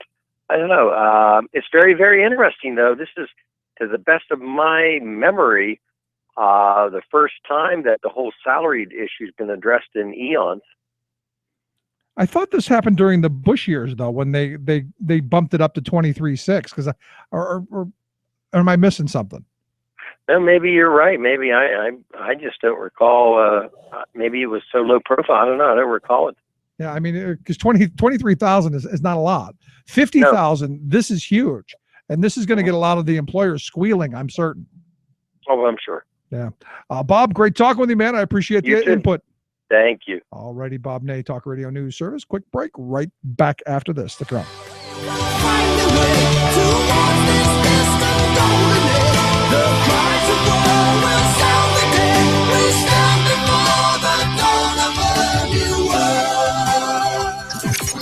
Radio of, for, and by we the working people. The Rick Smith Show. If you think the Koch club of plutocratic billionaires couldn't get any more self-centered and whiny, meet Doug and Holly Deason of Dallas. The Deasons, along with 10 other Dallas members of KKPB, recently co-signed an op-ed in that city's morning news. The privileged coterie expressed dismay at the widespread criticism of the Koch brothers' January conclave of uber-rich right-wingers who pledged about $1 billion to try buying the 2016 elections. The dozen Dallasites were at that meeting, joined the pledge, and want us commoners to know that the Kochites are flooding the elections with so much money merely because they want to install a national government that is, quote, impartial and accountable. Really? No. A truly impartial government would place toxic waste pipelines, factories, and fracking wells in everyone's zip codes, including theirs. They don't want that. Also, these notorious tax dodgers certainly don't want to have every dollar of their income taxed, just as, say, school teachers do. And doesn't impartial mean that their children would have to go fight in America's endless wars too, rather than leaving that unpleasant task to the non-privileged? They really want to install an impartial government that's partial to them, letting them run roughshod over the rest of us and their avaricious accumulation of greater wealth, power, and privilege. And what a hoot for the 1% of the 1% to demand that government be accountable when they're running dark money political campaigns that hide their identities and use front groups to keep voters from knowing that the KKPB is out to buy America's democratic process. This is Jim Hightower saying any government that would be installed by the money and deceit of such self-righteous, narcissistic cowards would not be worthy of America's name, its democratic ideals, or its people. What do the corporate powers from Wall Street to Walmart have in common? They hate the Hightower Lowdown. You can see why at www.hightowerlowdown.org. From UN headquarters in New York, this is Your World in Two. I'm your host, Luke Vargas, with the Talk Radio News Service. If you're headed to Greece in the coming week, you'd better stock up on euros before you arrive.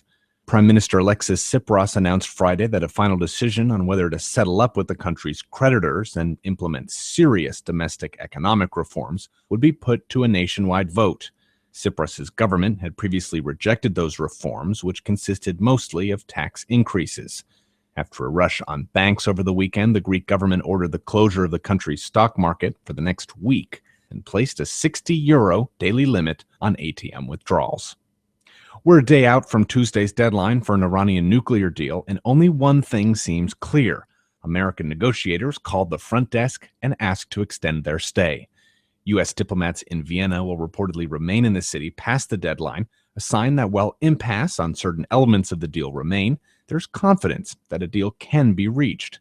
Iranian Foreign Minister Javad Zarif will reportedly fly back to Tehran, but when everything's got to be cleared by the supreme leader, sometimes you've got to physically hear him out. And airstrikes by the Saudi-led coalition attacking rebels in Yemen have hit a UN facility in the coastal city of Aden. One guard was injured during the bombing on Sunday, and the building, which was used by the UN Development Program, was severely damaged. Saudi Arabia, along with 5 regional militaries, has led airstrikes on Houthi rebels in Yemen since March, after they seized control of the capital Sana'a and forced President Abdrabbu Mansour Hadi to flee to the city of Aden. Months of airstrikes have done little to stop the Houthi advance and have instead killed thousands and ravaged the country's already poor infrastructure. For more global news headlines, visit talkradionews.com.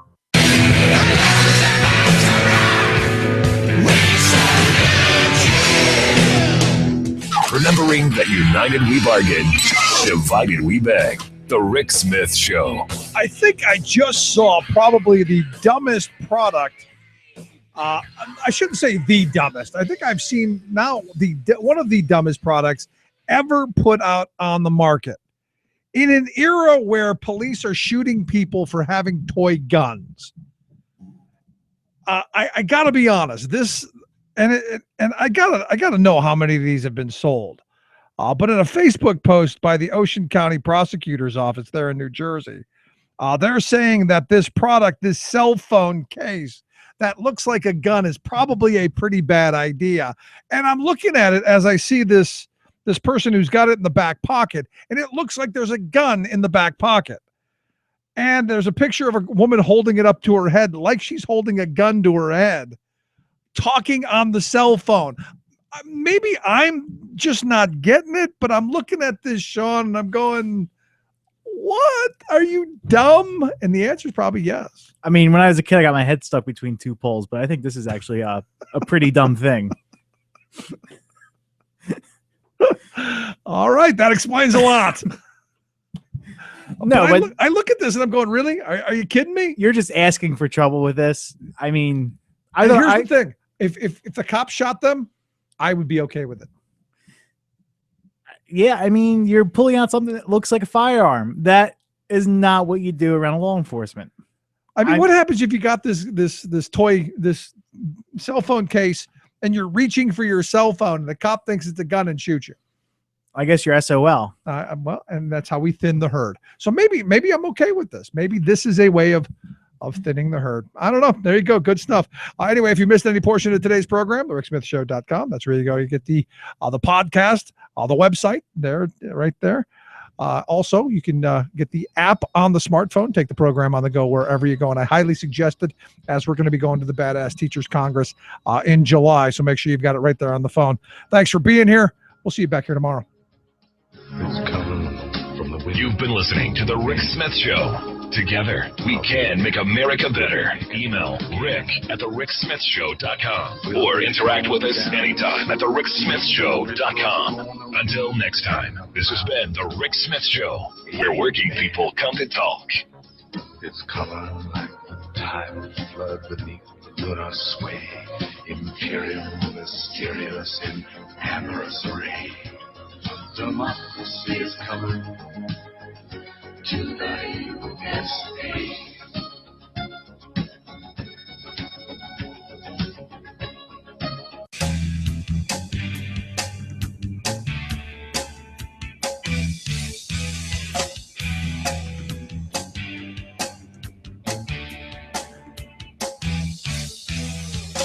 We see the storm out on the horizon. The clouds were dark in the midnight sky. We feel the fire burning in the belly. The flame leaps out with an angry cry.